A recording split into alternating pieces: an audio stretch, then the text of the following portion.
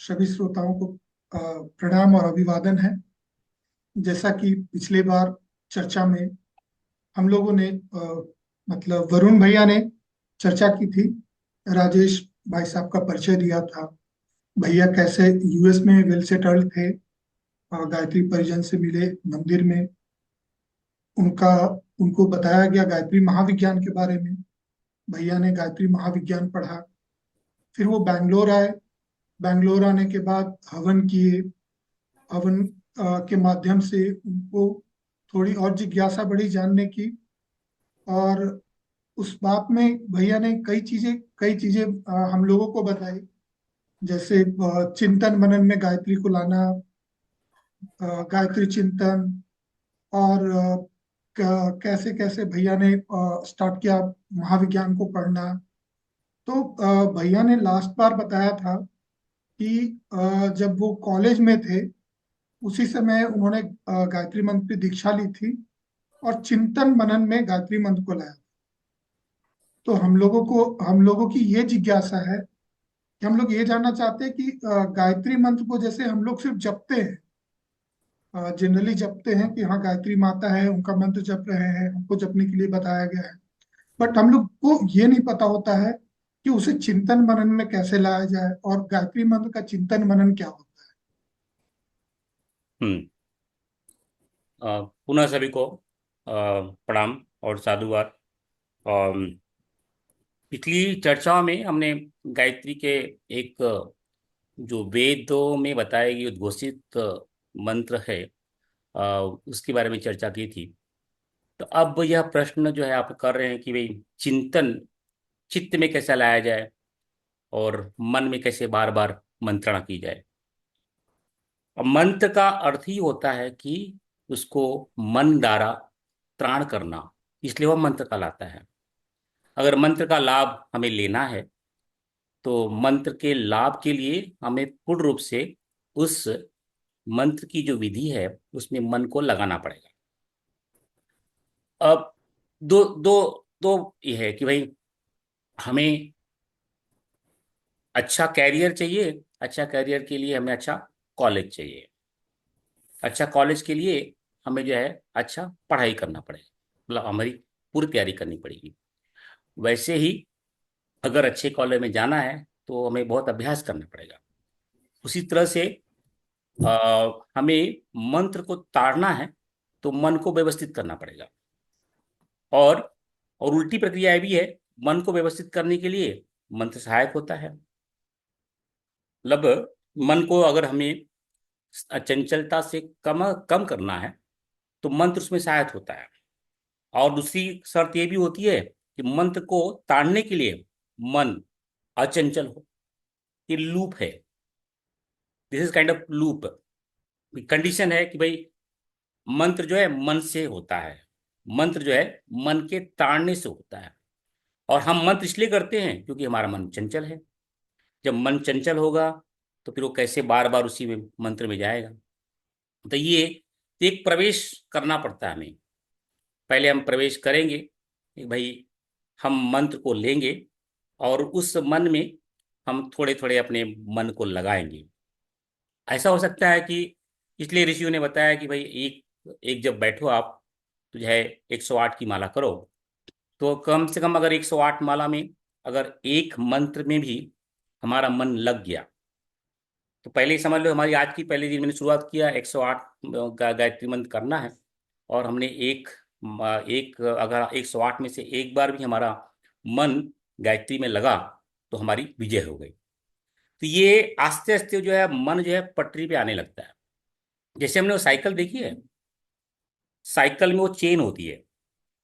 Chain को हम क्या करते हैं, उसको लगाना बड़ा कठिन होता है, लेकिन एक बार उसको उसके हुक में डाल दिया, सिर्फ एक ही डालना पड़ता है, एक या दो हुक डाल दिया तो बाकी की अपने आप पूरी चेन जो है उसके अंदर वो जो है उसका जो रोटेटर होता है उसके अंदर चला जाता है। वैसे ही एक बार हमने मन को मंत्र में डाल दिया तो आस्ते आस्ते 108 में से पहले स्टार्ट में 108 में से एक बार मंत्र जो है मंत्र में मन लगेगा, आज से दो बार में लगेगा, ऐसे से बढ़ते जाएगा और मन शांत होने लगेगा और मंत्र की ताड़ना भी होने लगेगी। दोनों फायदा होंगे। तब ये मन में जब ये मन मंत्र गूंजने लगेगा, होगा क्या? ये मंत्र के गूंजने से उसके अंदर जो है उसकी चंचलता कम होगी, क्योंकि अभी मन तो बड़ा उछाल कूद करता है। तो यह है, मन की चंचलता कम होगी। चंचलता कम होने से हमारे एकाग्र होने लगेंगे। जब हम एकाग्र होने लगेंगे तो हमारे निश्चय की शक्ति बढ़ जाएगी। जो कुछ भी हम पढ़ते हैं, जो कुछ भी लिखते हैं, या फिर जो भी हमारा decision day to day life में करते हैं, स्कूल में, कॉलेज में, ऑफिस में, घर में, उसकी निश्चय करने की क्षमता हमारी बढ़ जाएगी। तो इससे हमारा जो है चित्त में स्थिरता भी आएगी। तो इस तरह से जो है प्रक्रिया चलेगी। लेकिन ये सिर्फ जैसे हम लोग खाने में दाल, चावल, रोटी, सब्जी, पूरा एक मिक्स खाना लेते हैं। अगर सिर्फ हमारे पास रोटी हो तो उसको, रोटी को खाने के लिए हमें सब्जी चाहिए या दाल चाहिए। अगर हमारे पास सिर्फ चावल हो, चावल को खाने के लिए या सब्जी चाहिए या दाल चाहिए।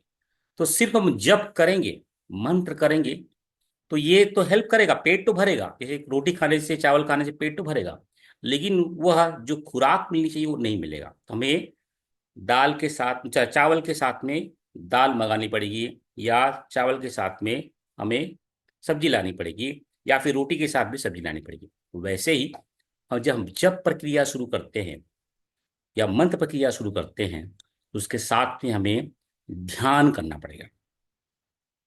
जब ध्यान करेंगे तो क्या होगा कि जो मन में जो एक जगह चंचलता कम हुई है, उस चंचलता को, उसको खुराक चाहिए। जैसे खूंखार जानवर है, अगर उसको आप कुछ खाने को नहीं देंगे तो और परेशान होगा। मन को आपने स्थिर कर लिया है अब, लेकिन उसको कुछ तो चाहिए ना। मन को कंट्रोल में लाया है, तो मंत्र में, ठीक है, मंत्र में 1 सेकंड 2 सेकंड रुका, लेकिन अगर उसको और कुछ आयाम नहीं दोगे तो क्या है, फिर से वह जम करके चला जाएगा। तो उसको खुराक देने के लिए हमें क्या करना पड़ेगा, ध्यान करना पड़ेगा। तो जप के साथ में ध्यान को लाना पड़ेगा। जैसे कि अभी हम भगवान सूर्य की मंत्र की उपासना कर रहे हैं, ओम सूर्याय नमः। तो मन 100 माला करनी, 100 मंत्र करना है, ओम सूर्याय नमः, ओम सूर्याय नमः हम कर रहे हैं। तो जो है 100 में से 1-2 बार लगा। लेकिन अगर साथ में ही अगर हम सूर्य के उगते हुए, उग रहा है, सूर्य उग रहा है, उसकी भी कल्पना हम करें, अपने मानस पटल में लेके आए, तो जो है मन और उसके अंदर रसने लगेगा। और चित्त भी, तो ये ध्यान की प्रक्रिया हमें बड़ी सहायता करती है मन को शांत करने के लिए और चित्त को एकाग्र करने के लिए। और दूसरा, अब जो है ये, अब मैं ध्यान करूंगा, भगवान सूर्य का ध्यान कर रहा हूं, तो उसमें मैं क्या क्या कर सकता हूं, उसकी बुद्धि की वृत्ति कहाँ से आएगी। अब ये वृद्धि, जो वृत्ति लाने के लिए हमें जो है स्वाध्याय करना पड़ेगा। तो हमें क्या करना पड़ेगा कि जो सूर्य उपनिषद है, या सूर्य सिद्धांत है, या भगवान सूर्य के बारे में जो लिखा गया है, उसको जब हम पढ़ेंगे तो पढ़ने से वो वृत्ति बनेगी।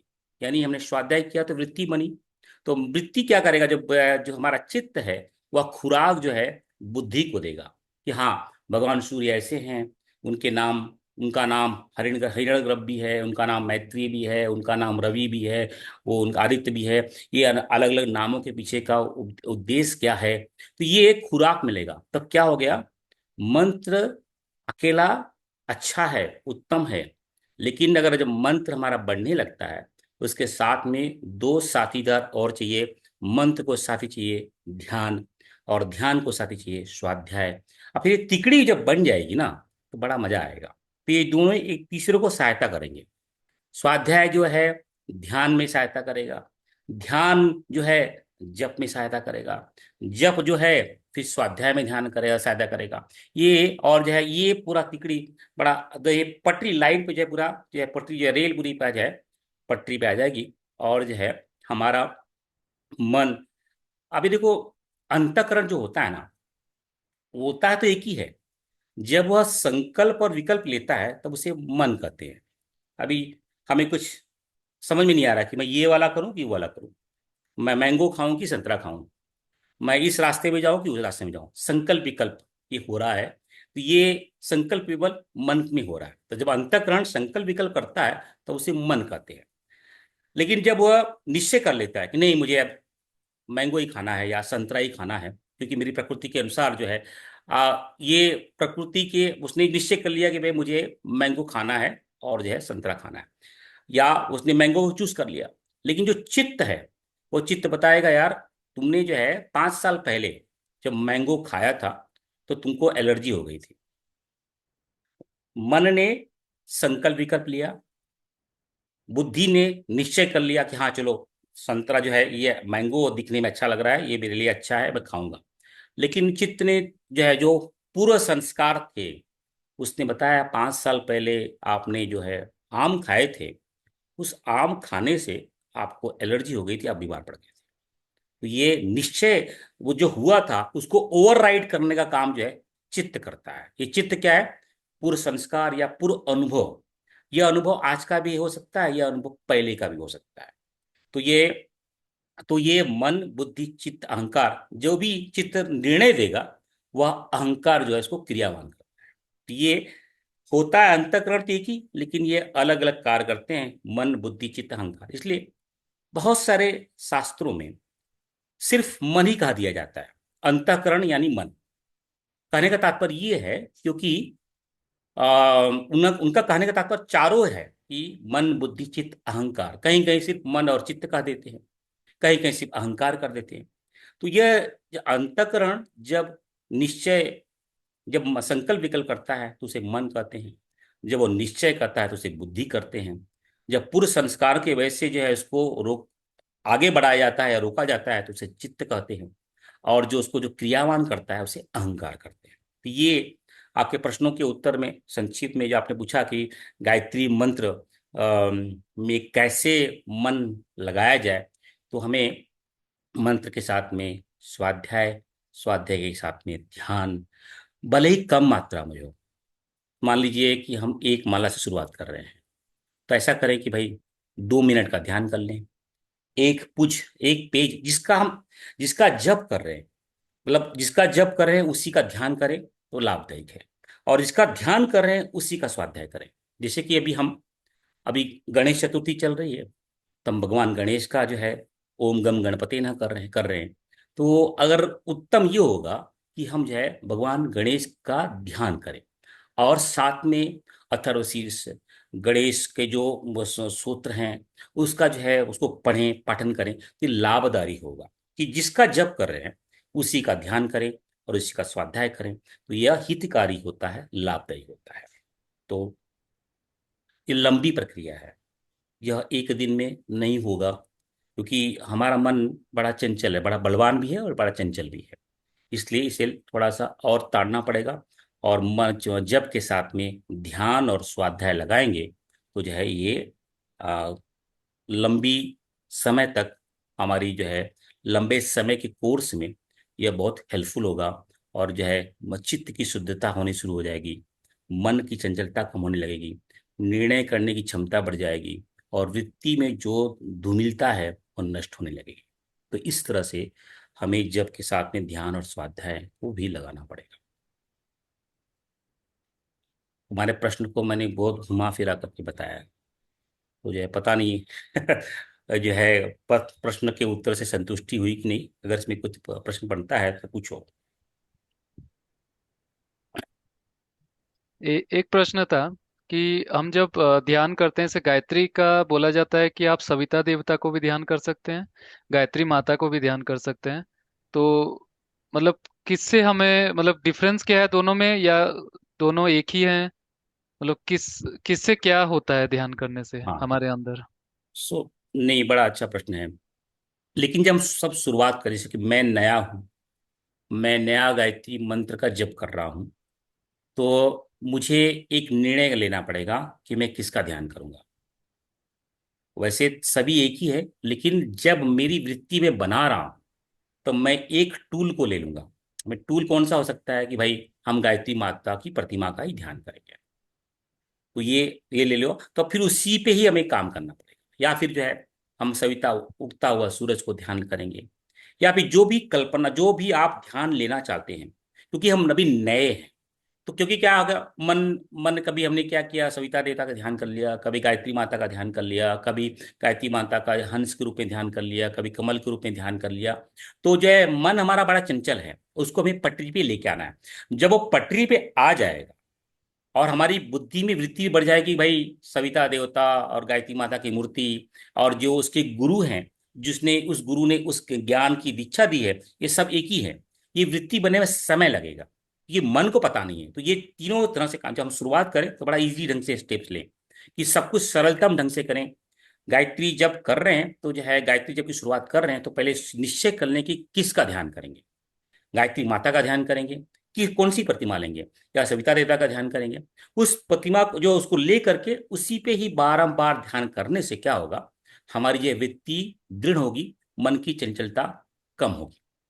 अगर क्या है, हम शुरुआत कर रहे हैं तो आज है गायत्री माता का ध्यान कर लिया, फिर जो है सविता देवी का ध्यान किया, तो मन को तो मिल गया। फिर वहां यहाँ से जम करते रहेगा, वो ठहरने ही नहीं देगा जप में।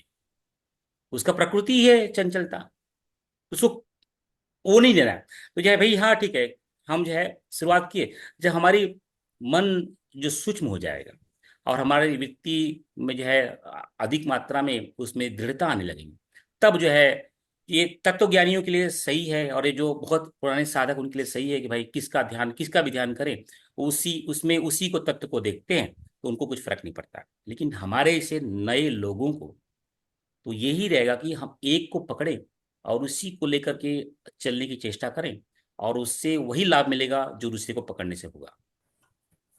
हाँ जी भैया। भैया एक जो जैसे आपने चीज बताया अभी, जैसे उगते हुए सूर्य का ध्यान करते हुए अगर आप ओम सूर्याय नमः बोले, जैसे आपने एग्जांपल दिए थे, तो एक तरीके से एक श्रद्धा या भावना के तरीके से हम उसको तरीके से बोलना चाहिए। तो फिर वास्तविकता अगर देखा गया कि जैसे मनुष्य में तो जो असली रस है वो भावना या श्रद्धा में ही है। बाकी तो सिर्फ हम कार्य कर रहे हैं, उसका सिर्फ लेखा जोखा हमारे अंतःकरण में हो रहा है।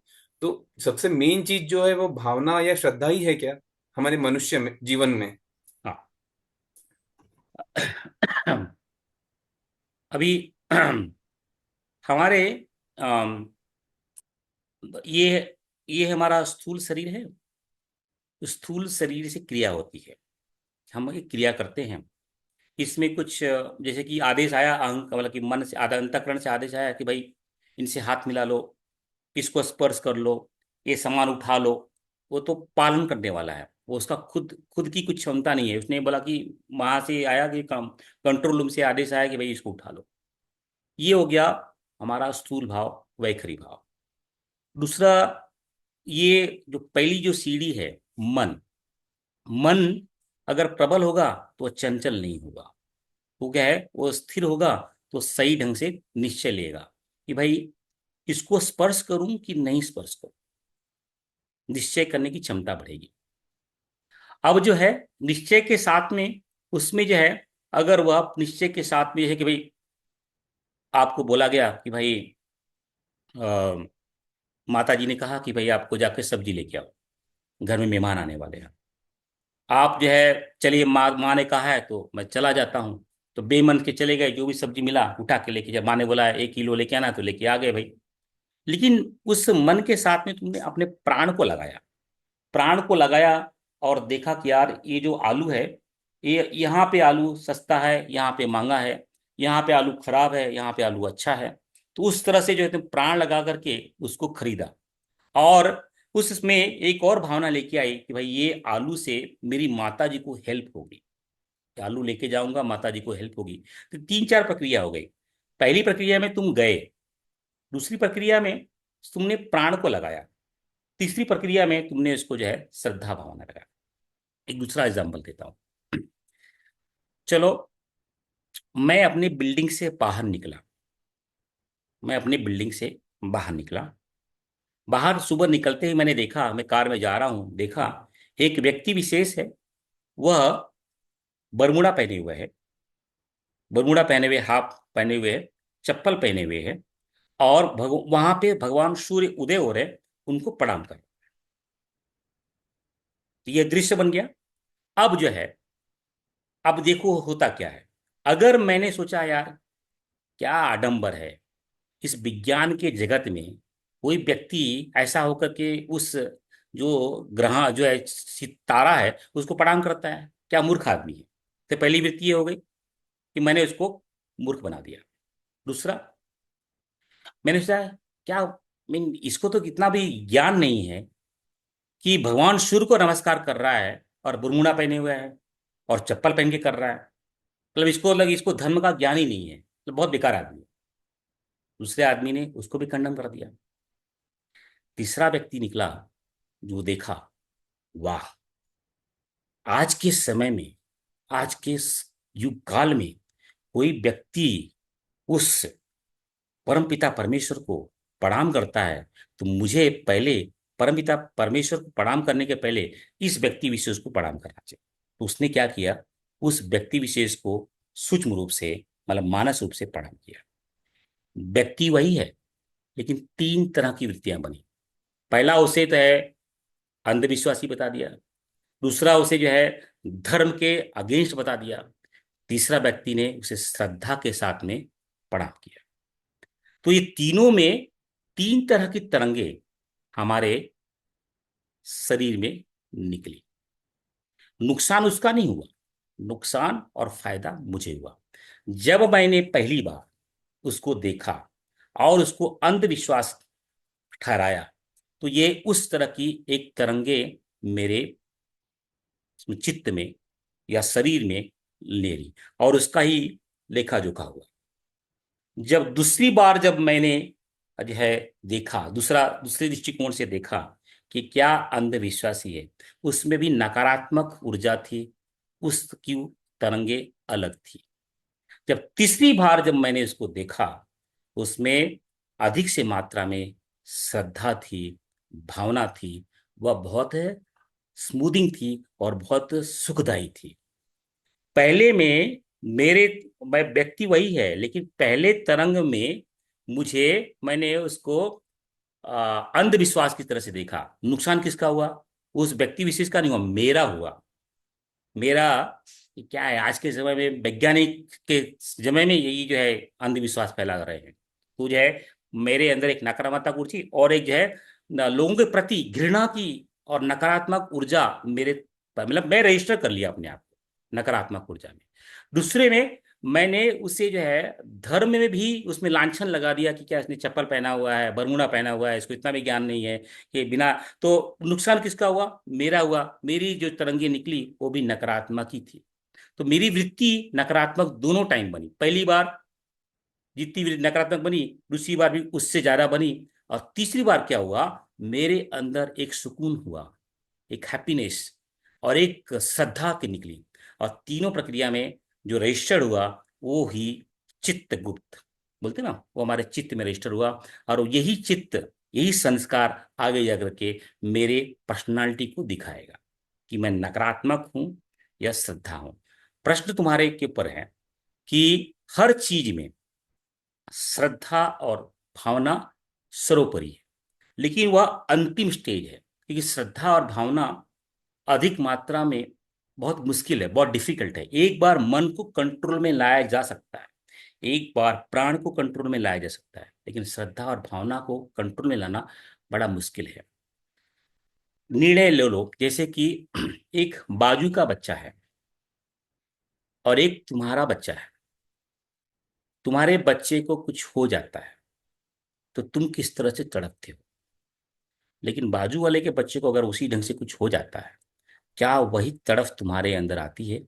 नहीं आती है। क्यों? क्योंकि तुम्हारी जो है श्रद्धा और भावना अपने बच्चे के प्रति अलग है और उसके प्रति अलग है। तो मेन जो खेल है, क्योंकि ये बड़ा दृढ़ है, क्योंकि हमने अपने आप को भेद में बांध लिया है, तो यह श्रद्धा और भावना आना बड़ा मुश्किल होता है। इसलिए, लेकिन हम भगवान राम की उपासना कर रहे हैं, तो भगवान राम की उपासना में अगर भगवान राम के वैभव और ऐश्वर्य को हम अगर चिंतन में लाएंगे, तब जो है भगवान राम का जो है फल अधिक मात्रा मिलेगा। हम राम राम करेंगे तो फायदा मिलेगा, वो उसमें कोई डाउट नहीं है। राम राम करने से भी फायदा मिलेगा। बैखरी में उस तरह की तरंगे पैदा होगी, जो है उस तरंगे से वो लेकिन बहुत स्थूल तरंगे पैदा होगी।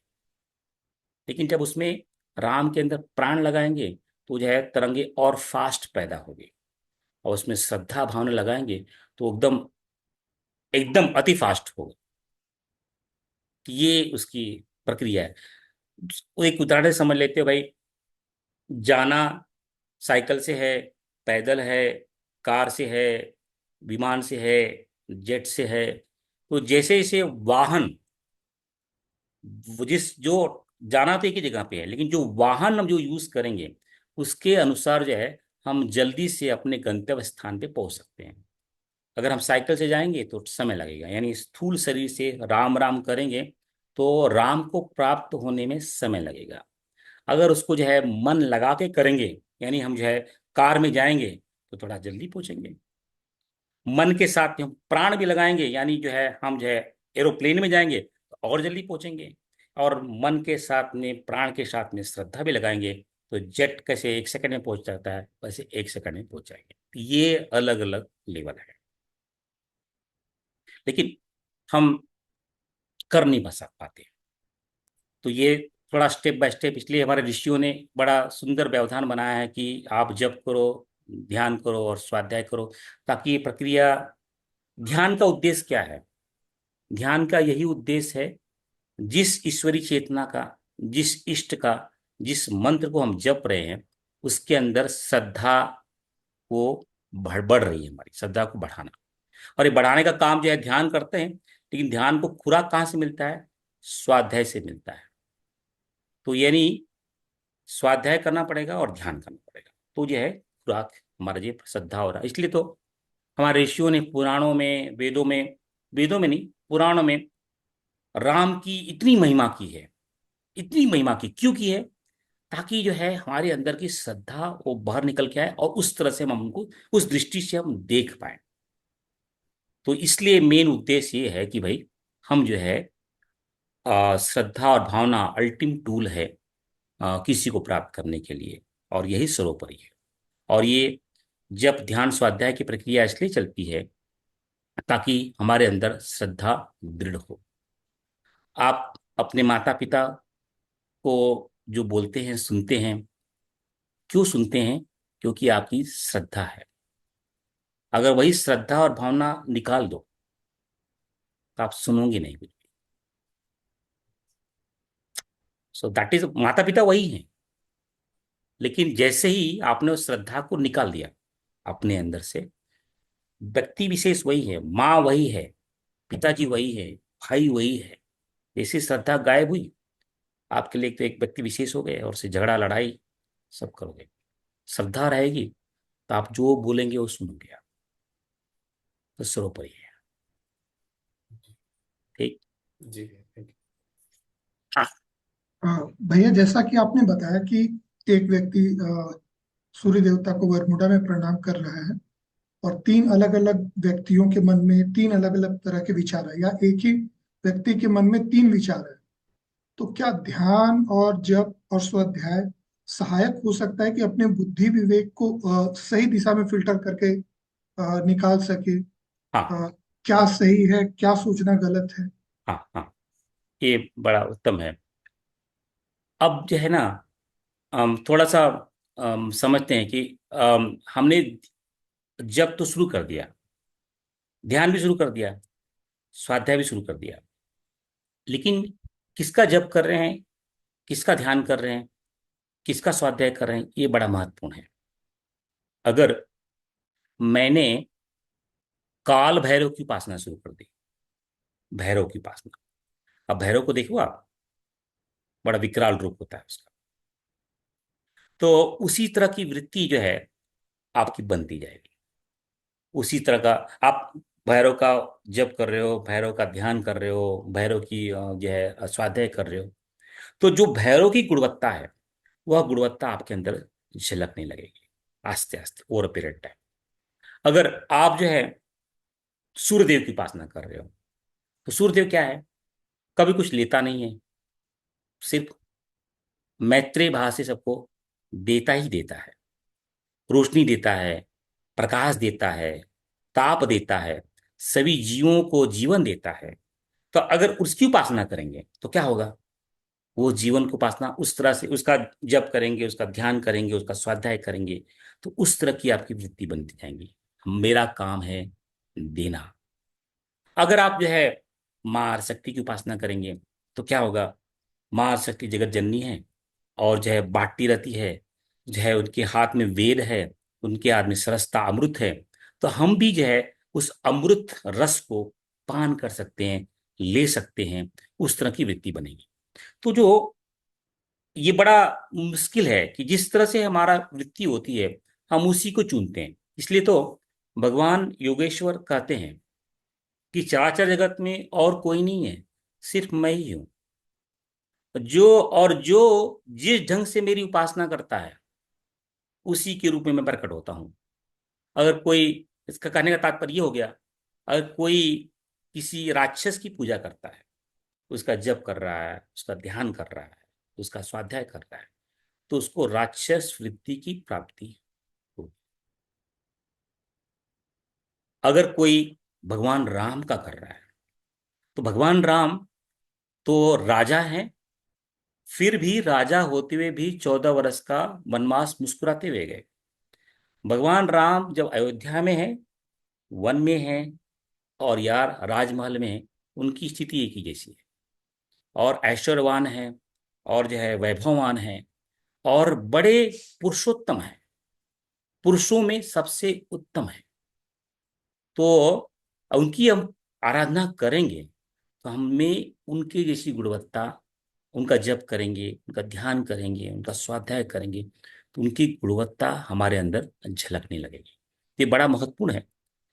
किस इष्ट का, इष्ट कोई भी हो सकता है, किसको आप अपना नायक मान करके आप जप कर रहे हो, स्वाध्याय कर रहे हो या ध्यान कर रहे हो, अगर वह नकारात्मक है तो वृत्ति भी नकारात्मक बनेगी, उसका फल जरूर मिलेगा। अभी बहुत सारे पुराणों में हमने सुनते हैं कि जो सूर और असुर हैं दोनों एक ही समान है। भगवान दोनों ब्रह्मा जी के पुत्र हैं, दोनों की शक्तियां एक ही जैसी है। लेकिन जो असुर है वह जब भी आराधना तप और करता है, वह कुछ अक्षम कार्य के लिए करता है। मुझे ये इसको मारना है, मुझे ये राजपाट चाहिए, मुझे वो ये घर चाहिए, उस अक्षम कार्य के लिए उसी की उसकी वृत्ति, इसलिए उसकी वृत्ति उसी ढंग से होती है। अब जो सुर है, जो उसकी वो आराधना करता है, वो क्या है, मुझे देना है, मुझे बांटना है, तो उस वृत्ति से ही वो आराधना करता है। तो जिस वृत्ति से आप, ऐसा भी हो सकता है कि आपका इष्ट एक ही हो, लेकिन आप किस ढंग से उसको पूजन करके क्या लेना चाहते हैं। ऐसा भी हो सकता है कि आप काल भैरव की आराधना कर रहे हो, लेकिन आप काल भैरव से प्रार्थना कर रहे हो कि हे काल भैरव, मैं आपसे वेद ज्ञान लेना चाहता हूं, मैं आपसे लोगों की सहायता करने के लिए शक्ति लेना चाहता हूं। तो फर्क पड़ गया ना। एक तो इष्ट कौन है, उससे फर्क पड़ता है। दूसरा, मैं क्या सोच करके उसके पास में जा करके आराधना कर रहा हूँ।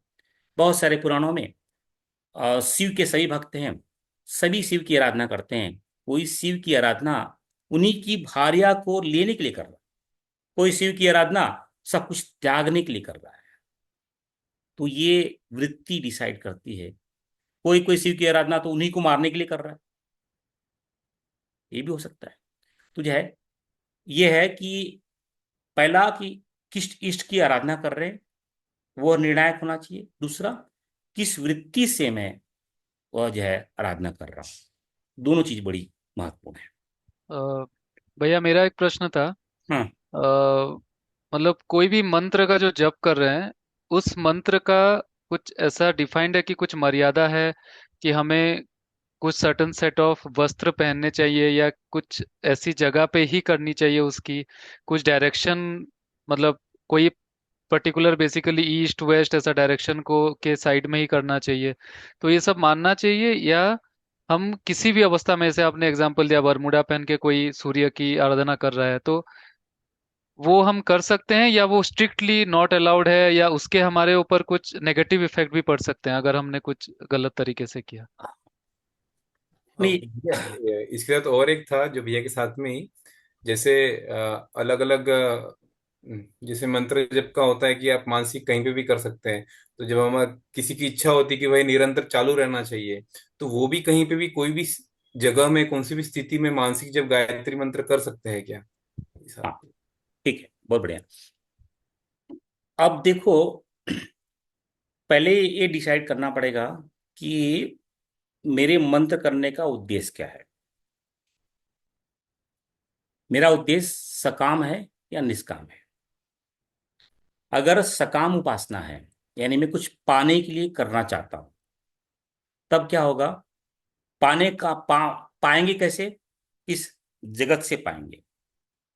अगर मैं कोई भी चीज पाने के लिए या संसार में कुछ चीज पाने के लिए मैं उपासना कर रहा हूं, और ये उपासना का जो फल मुझे चाहिए वह कुछ भोग के रूप में चाहिए, तो वो मिलेगा कहाँ से? इस संसार से मिलेगा। और संसार की नींव पंचभूतों पे है। संसार की नींव जो है पंचभूतों पे है। तो जितने भी पंचभूतों के रूल्स और रेगुलेशंस हैं वो सब लागू हो जाएंगे। जैसे कि दो तरह के व्यक्ति हो गए सब लोग। एक व्यक्ति है जिसने स्थापना कर दी मूर्ति की, और उस मूर्ति में स्थापना करके उसमें प्राण प्रतिष्ठा कर दी। अब होगा क्या? उसने उस मूर्ति में प्राण प्रतिष्ठा की और उसके अपने अनुरूप बना लिया कि मैं इसमें अंदर, इसके अंदर भी भगवान तो हर जगह है, लेकिन हमने क्या कहा कि उसमें प्राण प्रतिष्ठा करके उसके अंदर भी हमने प्राण को डाल दिया। हमने ये किया। अब होगा क्या? जैसे मैं सोता हूं, जैसे मैं जागता हूं, जैसे मैं खाना खाता हूं, वह पूरा रूल रेगुलेशन मूर्ति पे लागू हो जाएगा। यानी वो जो है भगवान जो भी है, जब मैं सोऊंगा दोपहर में तो वो भी सोएंगे, जब मैं रात में सोऊंगा तो रात में पर्दा लगा देंगे, मुझे है जब मुझे भोजन का समय आएगा तो उनको भी भोजन लगाएंगे। तो ये सकाम, इसमें बुराई नहीं कर रहा हूं, ये बुराई अच्छा ही नहीं है, लेकिन जिस तरह से मैं उसको चाहूंगा उसी ढंग से यह होगा। गायत्री मंत्र अगर मैं सकाम उपासना कर रहा हूं, तो जितनी मर्यादाएं शास्त्रों में बताई गई है वो सब लागू हो जाएगी। जैसे कि गायत्री का अधिष्ठा कौन है, देवता कौन है? सविता देवता।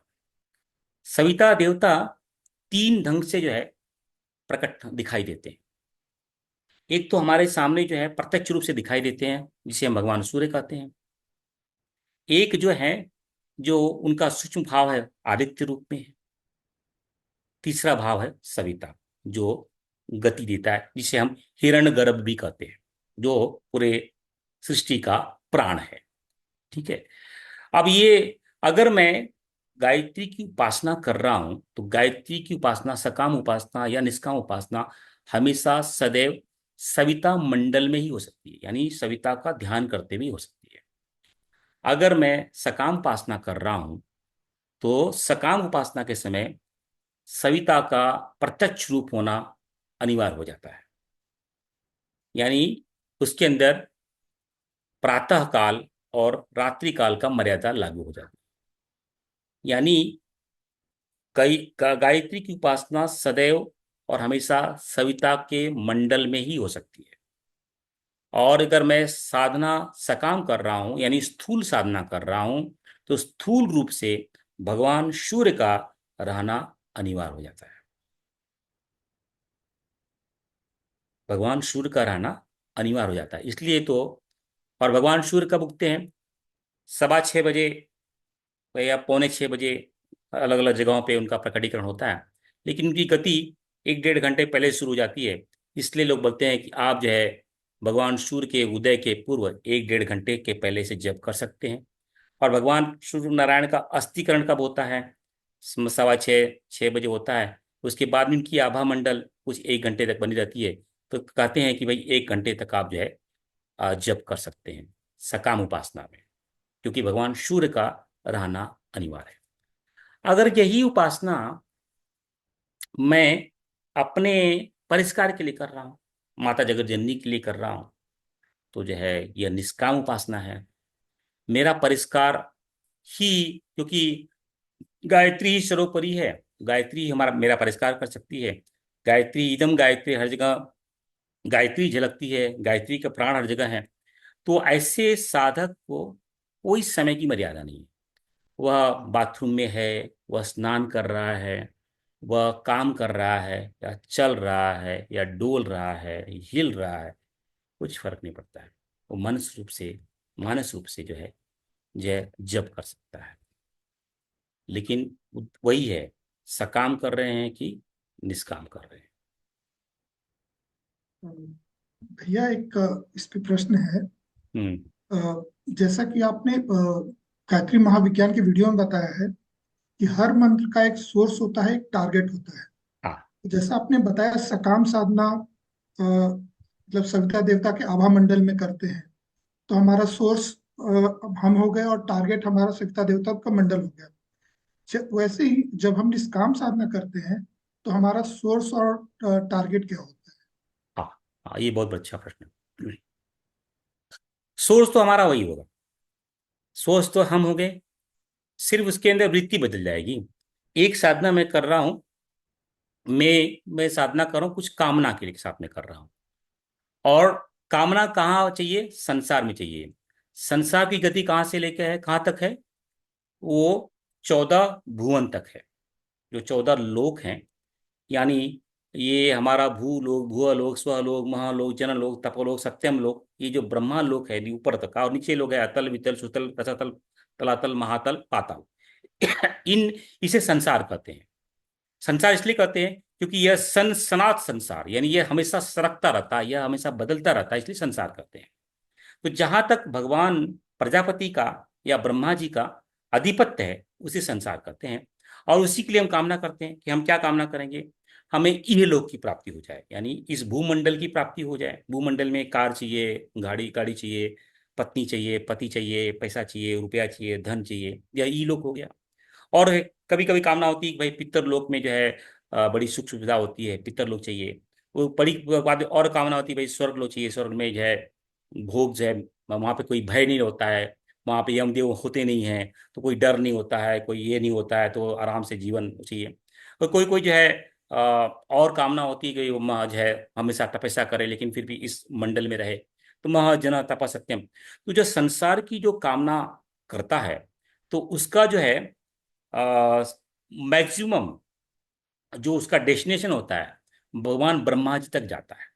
जैसे कि मुझे यह लोक, यानी इस लोक में घर परिवार यश नाम कीर्ति चाहिए, इस लोक में, पृथ्वी लोक में, तो जो है इसका जो है डेस्टिनेशन सूर्य, भगवान सूर्य जो प्रत्यक्ष सूर्य है, वहां तक जाएगा।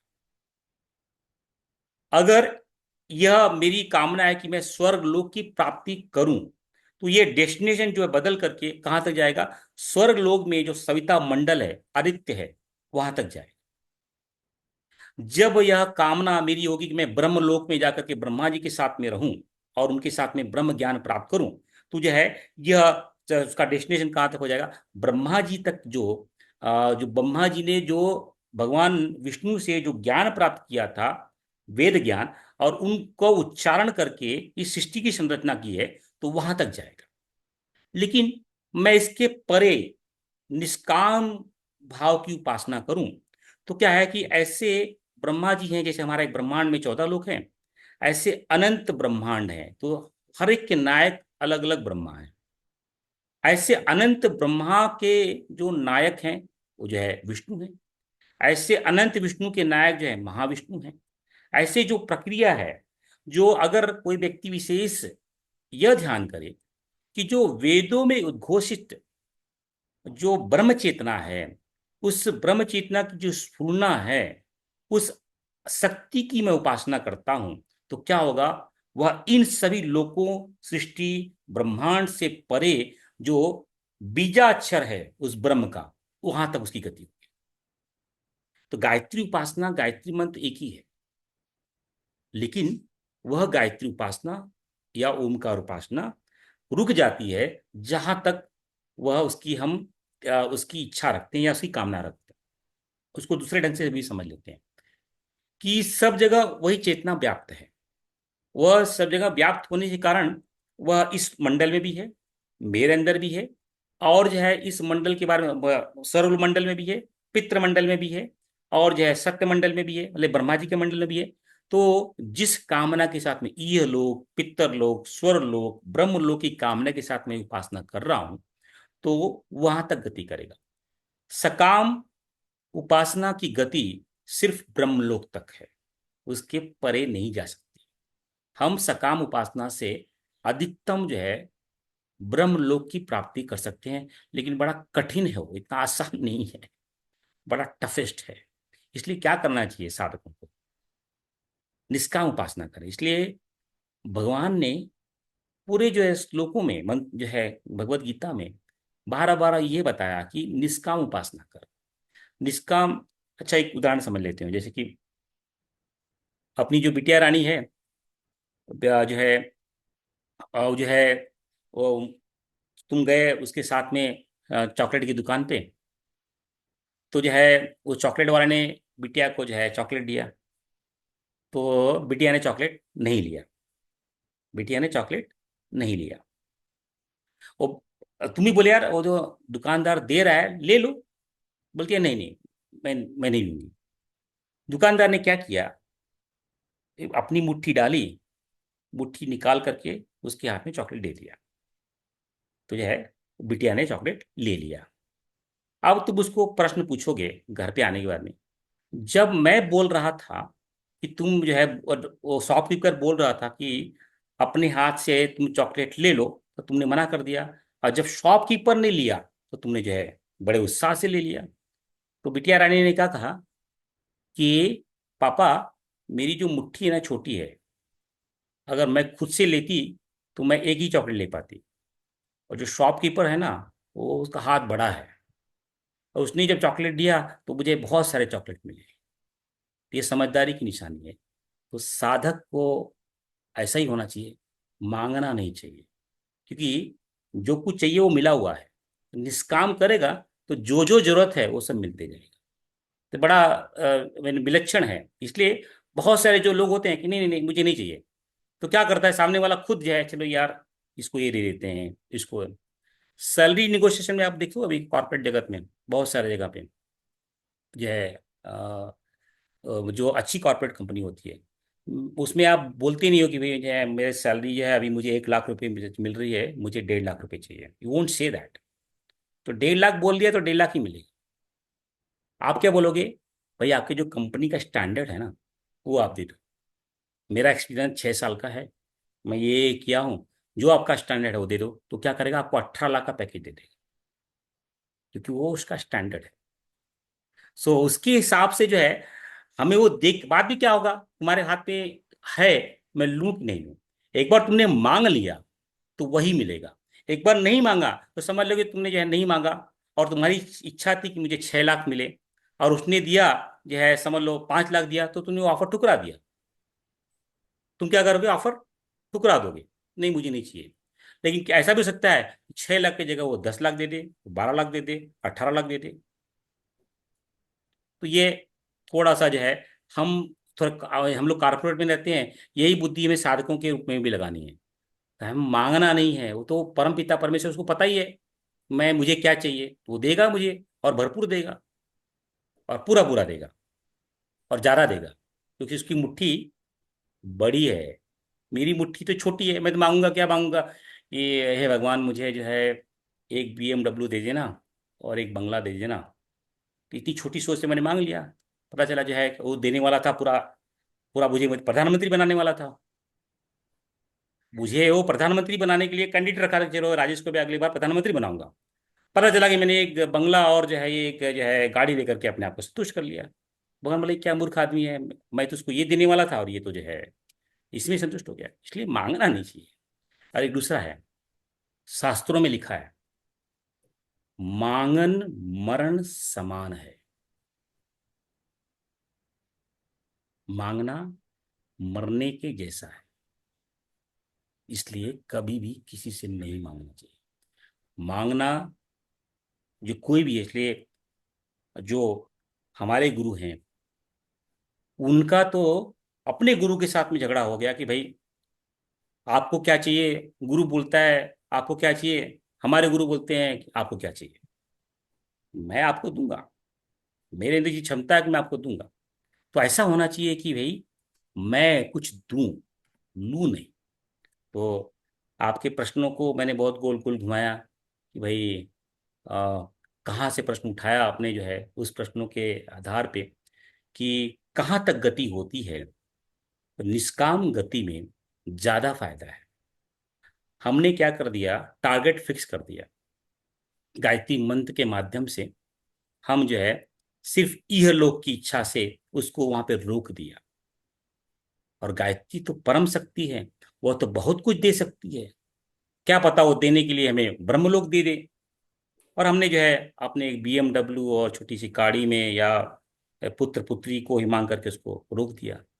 इसलिए भगवान सदैव बारंबार यही बोलते हैं, निष्काम तुम कर्म करो, निष्काम उपासना करो, निष्काम भक्ति करो। इसलिए आप जितने भी सिद्ध पुरुष देखोगे वह सब निष्काम उपासना करते भैया, हैं। भैया आपने एक बीच में एक रेफरेंस दिया था अभी कि भगवान गीता में बोलते हैं जो तरीके से आप मुझे देखते हो या मांगते हो वो तरीके से मिलता हूँ। तो फिर गुरुदेव गायत्री माता को कौन से दृष्टिकोण से उन्होंने देखा है या कौन से तरीके से उन्होंने जाने हैं, अब और हमें भी कैसा अग्रसर होना चाहिए वो थोड़ा। हाँ हाँ हाँ, जी। देखो ऐसा है, शेर का पुत्र शेर होता है, बराबर ना। तो ऋषि का पुत्र ऋषि होना चाहिए। जो भी अवतारी चेतनाएं आती हैं अपनी मर्यादा को छोड़ती नहीं है। कोई भी अवतारी चेतना को आप देख लो, वो एक मर्यादा लेके आती है। भले ही वह अपनी माया को अधीन करके शरीर को ग्रहण करती है, फिर भी वो अपनी मर्यादा को नहीं छोड़ती है। जैसे आप भगवान राम को देख लो, भगवान कृष्ण को देख लो। भगवान राम स्वयं परमपिता परमेश्वर हैं, स्वयं जंगल जाने के लिए तैयार हो जाते हैं। भगवान कृष्ण सम स्वयं परमपिता परमेश्वर हैं, वो जो है पैदा होते हैं जेल में। और बड़ा कष्टदायी हमारे लिए, हम सोचते हैं बड़ा कष्टदायी उनका जीवन रहा होगा, लेकिन हमेशा मुस्कुराते रहते हैं। और जो है वो अपनी मर्यादा को छोड़ते नहीं हैं, वो भी शरीर त्यागते हैं, शरीर को पकड़ते हैं। तो जो भी अवतारी चेतना आती है, जो मर्यादा लेके आती है उसको स्थापित करती है और इस मनुष्य जीवन में ही रहती है। जैसे कि भगवान परमहंस देव को तो जो है बहुत सारे कैंसर की बीमारी हो गई। आप कहोगे कि भाई इतना बड़ा काली का भक्त, इतना बड़ा जो है आप बोलते हो कि, और सभी लोग बोलते हैं इस युग का परिवर्तक है वो। वह उसका जो जन्म हुआ माँ काली की उपासना के माध्यम से, उसने ऐसी धाराएं 56 उसने शिष्यों को जागृत करवाया और उनके माध्यम से युग परिवर्तन की शंख का शंखनाद किया। आप ये बोलते हो एक तरफ, और दूसरे तब उसको कैंसर का रोग हो गया। तो एक कैसे, अगर वो स्वयं इतना पावरफुल है तो कैंसर के रोगों को क्यों लेकर के आया? क्योंकि उसकी अपनी भी गति है। उसने यह मान के आया था मुझे इतने समय तक जो स्थापित करना है वो स्थापित करके मैं निकल जाऊँ। स्वयं जो है भगवान शंकराचार्य जी को देख लो कि वो जो है जिनको जो स्थापना कर लिए थे, भले ही उन्होंने भगवेंद्र का रोग जो है रोग हो चुका था, उन्होंने अपने उसको निकालने की चेष्टा ही नहीं की। लेकिन जब समय निकल गया, जो काम हो गया, तो 32 वर्ष में जो है अपने शरीर को पंचभूतों में लीन कर दिया। तो जो है हम, हमारे गुरु सत्ता ने, गुरु चेतना ने क्या किया, उसी गुरु चेतना के आधार पे हमें कार्य करना है। हमारी गुरु चेतना ये कहती है कि जो आर्य शक्ति है, अब ये मैं थोड़ी सी अलग बात बोल रहा हूं, वेदों की सबसे पवित्र, सबसे पावरफुल मंत्र गायत्री मंत्र है। मैं एक आपसे प्रश्न करूंगा कि अगर आपके घर में हीरा हो, आपके घर में हीरा हो, तो क्या उसको सोफे पे रखोगे? नहीं रखोगे। हीरा आपके घर में हो तो क्या करोगे आप? जो सबसे घर में सुरक्षित स्थान है, ऐसे जगह पे रखोगे। और ऐसी जगह पे रखोगे ताकि किसी को दिखाई ना दे, उसको पूरा बंद करके कोई देख ना पाए, ऐसा करो। तो वेदों में सबसे पावरफुल, दुर्लभ जो मंत्र है वह गायत्री महामंत्र है। इसलिए उसे गुप्त रखा गया था। जो पात्र है उसी को मिलेगा, जो पात्र है उसी को मिलेगा। इसलिए आपने सुनते आ रहे हैं ना कि भाई गायत्री सभी के लिए अवेलेबल नहीं थी, कि पात्र को ही दिया जा रहा था। इस समय की मांग के अनुसार हुआ क्या, इस समय की मांग थी, और गायत्री चेतना की अलग अलग धाराएं हैं, अलग अलग शक्तियां हैं। उन शक्तियों में आज का जो है, हम जो है कलयुग के प्रथम चरण में चल रहे हैं। प्रथम चरण में ही इतना व्यभिचार और अत्याचार के वो बढ़ रहा है। तो ऐसे समय में गति देने के लिए सभी की निष्ठा खत्म होने जा रही है। उस निष्ठा को पूर्ण रूप से फिर से मानव जाति में स्थापना करने के लिए गायत्री की एक शक्ति है, उसका नाम है ऋतंभरा प्रज्ञा। उसको स्थापना करने के लिए जो है, जो अवतारी चेतना आई है, उस अवतारी चेतना ने उसके गायत्री का, वो जो गायत्री पवित्र वेदों में उद्घोषित गायत्री है, उसको आत्मसात किया, और उसके माध्यम से जो जितना हमको चाहिए, इस समय चाहिए, उसका प्रचार प्रसार किया, उसको बांटा। बचा बचा नहीं किया, उसको बांटा, लोगों को दिया। तो कहने का तात्पर्य यह है कि हमारे जो गुरु हैं, जो अवतारी, हम तो उनको अवतारी चेतना, ईश्वरी चेतना के नाम से उद्बोधन करते हैं। और जो है उस गुरु ने, वो आपने खुद कहा है अपने प्रवचन में, उनने कहा है कि मैंने सविता देवता के उष्मा को, ताप को ग्रहण किया है, आपने अंदर आत्मसात किया है, और उसको चंद्रमा के समान उसको शीतल करके लोगों को बांटा है। ट्रांसफार्मर देखा है आपने, साइंस में ट्रांसफार्मर होता है, लाइट आती है, एक 440 वोल्ट का ट्रांसफार्मर होता है, वो क्या करता है, स्टेप डाउन करता है। वो क्या करता है, स्टेप डाउन करता है। अगर उस ट्रांसफार्मर से डायरेक्टली अपने घर में लगा देंगे तो पूरा घर जल जाएगा। तो उसको स्टेप डाउन करके भाई 2 वोल्ट, 3 वोल्ट, 4 वोल्ट, 5 वोल्ट का एक ट्यूबलाइट, ये वो जो है लगाते हैं। वैसे ही अगर परम चेतना की अगर प्रवचन को हम ध्यान से सुनेंगे तो वो कहते हैं कि गायत्री की ताप को, उष्मा को, सविता देवता की जो शक्ति को मैंने अंदर आत्मसात किया, और शीतल, उसको चंद्रमा के समान शीतल करके लोगों को दिया। इसका अर्थ बड़ा गूढ़ है। तो परम चेतना, और जो जिसका उपासक होता है वह वही होता है, भिन्न नहीं होता है। मीरा माँ कृष्ण बन करके ही कृष्ण की उपासना कर सकती है, इसलिए मीरा माँ भी कृष्ण है और कृष्ण भी कृष्ण है। समझ रहे हो?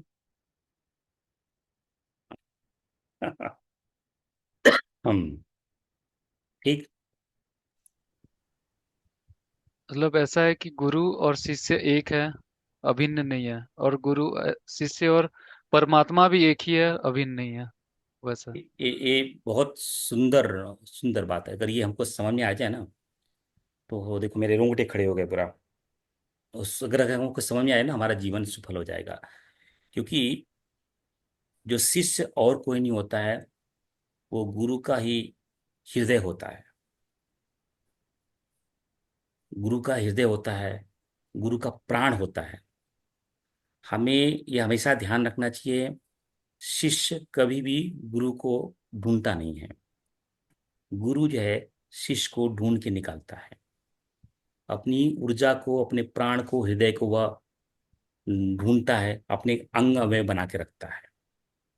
तो क्यों बनाता है? क्योंकि वह उसका उसका अंग है, उसका भाग है, और उसमें प्राण संचार करवाता है। और यह गुरु शिष्य का संबंध एक जन्म का नहीं होता है, वह जन्म जन्मांतर उसको गढ़ता है। जैसे कुम्हार कैसे होता है, मिट्टी के घड़ों को बड़ा समय से, बड़े प्रेम से उसको, जब तक वो बन नहीं जाता है तब तक गढ़ते रहता है। वैसे भी जो गुरु जो है ना, शिष्य को अलग अलग, जो उसके शिष्य का समझ लो कि क्षमता नहीं है, तो इस जन्म में इसको थोड़ा सा गढ़ेगा, फिर अगले जन्म में गढ़ेगा, अलग अलग जन्म में पूरा उसको पकाता है। तो आपका उत्तर है कि वह उसी का अंग है, इसलिए वह जो है एक रूप है। इसलिए तो अ, वेदों में दो तरह के पिता बताए गए हैं, दो तरह के पिता बताए हैं। एक होता है बिंदु पिता, एक होता है नाद पिता। बिंदु पिता यानी जो हमारे माँ बाप के अन्न के माध्यम से हम पैदा हुए हैं, वो हमारा बिंदु पिता है, हम उसके पुत्र हैं।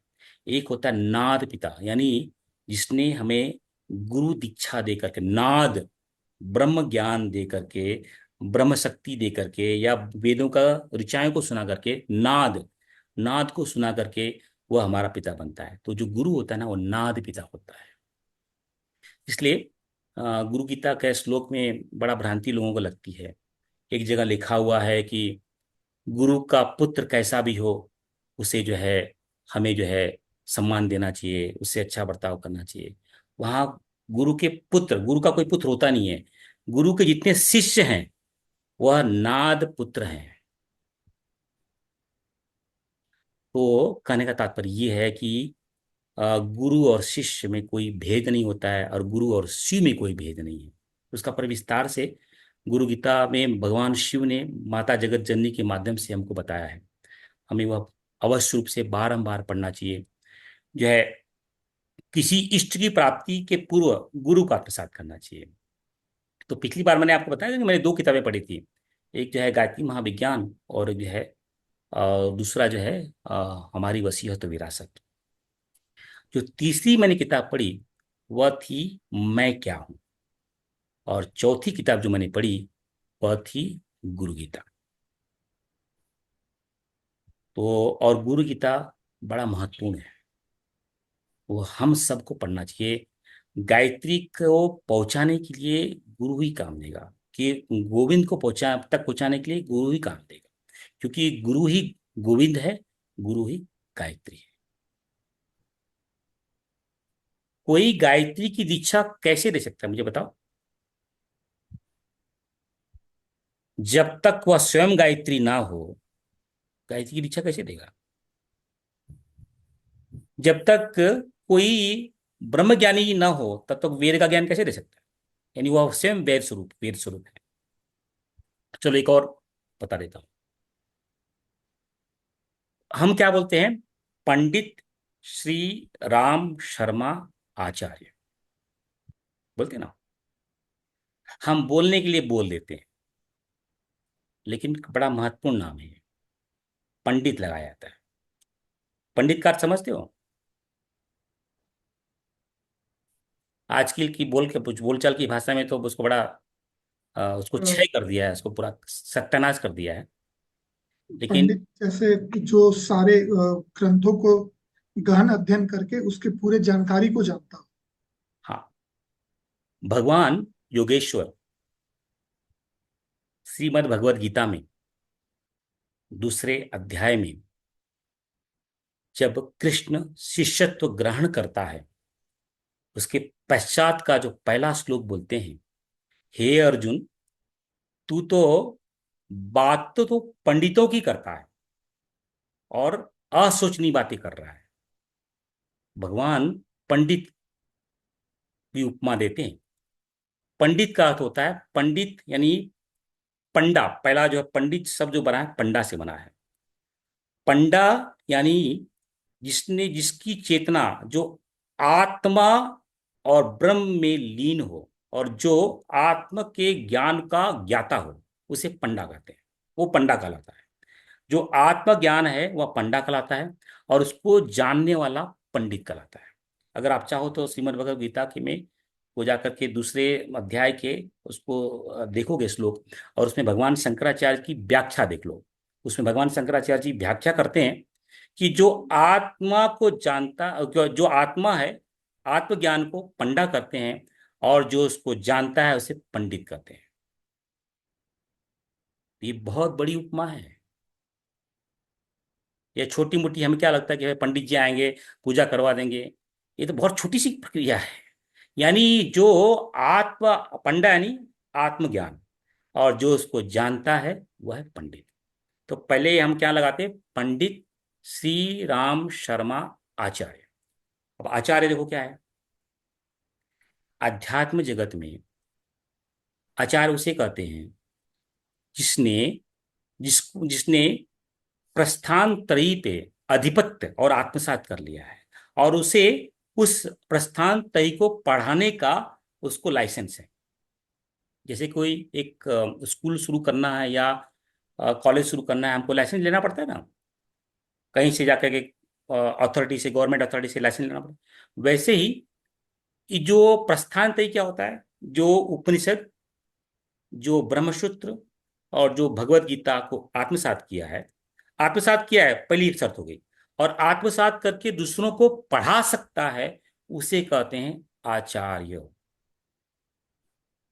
अध्यात्म जगत में। इसलिए भगवान शंकराचार्य, माधवाचार्य, रामानुजाचार्य, यानी जिसने उपनिषद, जिसने मतलब वेद वेद श्रीमद् भगवद गीता और ब्रह्मसूत्र को पूर्ण रूप से आत्मसात किया है, और उसे लाइसेंस दिया जाता है कि वह जो है इसका जो है लोगों को पढ़ा सके, उसे कहते हैं आचार्य। भगवान शंकराचार्य ने लोगों को भगवद गीता, वेद, पुराण पढ़ाया, भगवान शंकराचार्य। माधवाचार्य ने भी वही किया, रामानुजाचार्य, इसलिए इनको आचार्य कहा जाता है। बोलचाल की भाषा में, व्यवहारिक भाषा में हम जो है हमारे स्कूल में जाते हैं प्रधानाचार्य बोलते हैं, वो क्या, वो जो है हमारे व्यवहारिक जगत में। लेकिन अध्यात्म जगत में आचार्य की उपमा उसी को दी जाती है जिसने जो है प्रस्थान त्रयी पे पूर्ण रूप से आत्मसात किया है, और उसे उसको पढ़ाने का जो है लाइसेंस मिला गया है, उसे आचार्य कहते हैं। तो नाम है पंडित, यानी जो आत्मज्ञानी है। पंडित का अर्थ होता है जो आत्मज्ञानी है। फिर उनका नाम है श्री राम शर्मा, और फिर कहते हैं आचार्य, यानी जिसने प्रस्थान त्रयी को आत्मसात कर लिया है, और उसे मतलब उसे पढ़ाने का, उसे प्रचार प्रसार करने का लाइसेंस है। ये नाम बहुत बड़ा है, हम बोलने के लिए बोल देते हैं कि पंडित श्री राम शर्मा आचार्य, जैसे कोई ऐसे ही नाम बोल देते हैं ना, छोटा मोटा, ऐसी दो उपमा दी जाती है, पंडित बाद में आचार्य। तो पंडित को समझने के लिए श्रीमद् भगवद गीता का अध्ययन करना पड़ेगा, और भगवान शंकराचार्य जी ने पंडित की जो व्याख्या की है, और बृहद अर्णक उपनिषद में भी पंडित की व्याख्या की गई है, पंडित किसे कहा जाता है, और आचार्य की भी व्याख्या जो है हमारे शास्त्रों में की गई है। ये दो बड़े बड़े, यानी जो आत्मज्ञानी है, जो स्वयं आत्मज्ञानी है, जो स्वयं गायत्री है, जो स्वयं वेद है, वही गायत्री को बता सकता है, वही वेद को बता सकता है। अभी कोई शिव की महिमा कर रहा है, शिव की महिमा कैसे कर सकता है? शिव को तो कोई जानता ही नहीं है। जब तक स्वयं शिव ही खुद आकर के अपनी महिमा का मंडन न करे, तब तक शिव की महिमा कैसे हो सकती है? यानी जो बता रहा है वह स्वयं शिव है। ठीक। जी भैया, जैसे भी आपने बताया था कि जो भी महान पुरुष होते हैं कुछ कारणवश यहाँ पे आके जन्म लेते हैं, तो हर एक चीज का कोई कारण होता है, महाकारण होता है, मूल कारण होता है। तो एक एक प्रसंग जैसे राम जी का आपने बताया थे, तो राम जी की इसमें एक प्रसंग में जब वो यहाँ जा रहे थे, जब हनुमान जी उनकी परीक्षा लेने आते कि कौन है करके, दो जो मनुष्य रूप में आते हैं, तो वो रूप में तो तब हनुमान जी ने तो वहां पे वेदों की ऋचाएं कही थी बहुत सारी उनको, ये करने के लिए, पता करने के लिए। तो फिर अब हमारे सामर्थ्य तो नहीं है समझने की, लेकिन इसमें मतलब क्या इसके पीछे मूल कारण हो सकता है कि वो स्थान में, वो जगह में उन्होंने वेदों की ऋचाएं करके भगवान जी को, तो ये लीला में क्या हम सीख कर सकते हैं? नहीं नहीं, जैसे हमने बताया ना कि भगवान पुरुषोत्तम अपने देखो, ओके, किसी भी अवतारी चेतना का उद्देश्य सिर्फ विध्वंस करना नहीं होता है। उनका उद्देश्य होता है कि आने वाली जो पीढ़ी है उनके आचरण को वह आत्मसात करे। उनका बड़ा उद्देश्य होता है। अगर कोई मुझे पूछे कि भगवान कृष्ण का जन्म का मूलतः कारण क्या था, तो मूलतः कारण ये था कि हम सबको श्रीमद् भगवत गीता का ज्ञान देना। कौरवों पांडवों को युद्ध में लड़ा देना, कंस का वध कर देना, ये तो बहुत छोटी मोटी बात, वो तो क्या है, वो तो ऐसे भी कर सकते थे। मेन उनका उद्देश्य क्या था, हम सब जो आने वाली जो पीढ़ी है वह डायरेक्शनलेस ना हो, उनको मार्गदर्शन मिले, इसलिए स्वयं अपनी वाणी के माध्यम से उनको ज्ञान देना। तो भगवान जो है कृष्ण का, योगेश्वर का सबसे बड़ा उद्देश्य में जो मुझे समझ में आता है कि हम सबको भगवत गीता का ज्ञान के माध्यम से, वेदों की ऋचाओं को ज्ञान के माध्यम से हमको देना, यह भगवान का। मैं नहीं समझता हूं कि भगवान जो है कंस को मारने के लिए आए थे, या फिर कौरव पांडव को मारने के जो है लड़ाई करवाने के लिए आए थे। ये तो बहुत उसका एक, जैसे कि भाई बहुत छोटा सा एक वो निकल गया है। मेन उद्देश्य था ज्ञान का। भगवान राम का उद्देश्य क्या था, कि मर्यादा को स्थापना करना। इसलिए भगवान राम ने भी मर्यादा नहीं तोड़ी, और भगवान हनुमान ने भी, रुद्र अवतार हनुमान ने भी मर्यादा नहीं तोड़ी। तो कौन व्यक्ति आया है उसको जानना है। मैं तो जानता हूं, क्या कभी भक्त भगवान को भूल सकता है, या जान नहीं सकता है, या पहचान नहीं सकता है? ऐसा हो ही नहीं सकता है। जो निरंतर राम राम जपता हो, जब उसके सामने प्रत्यक्ष राम आए, वह उसको पहचान नहीं पाए? ऐसा हो सकता है क्या? नहीं हो सकता है। तो लेकिन मर्यादा में, क्योंकि वह युग मर्यादा को स्थापना करने का था, इसलिए मर्यादा का पालन किया गया।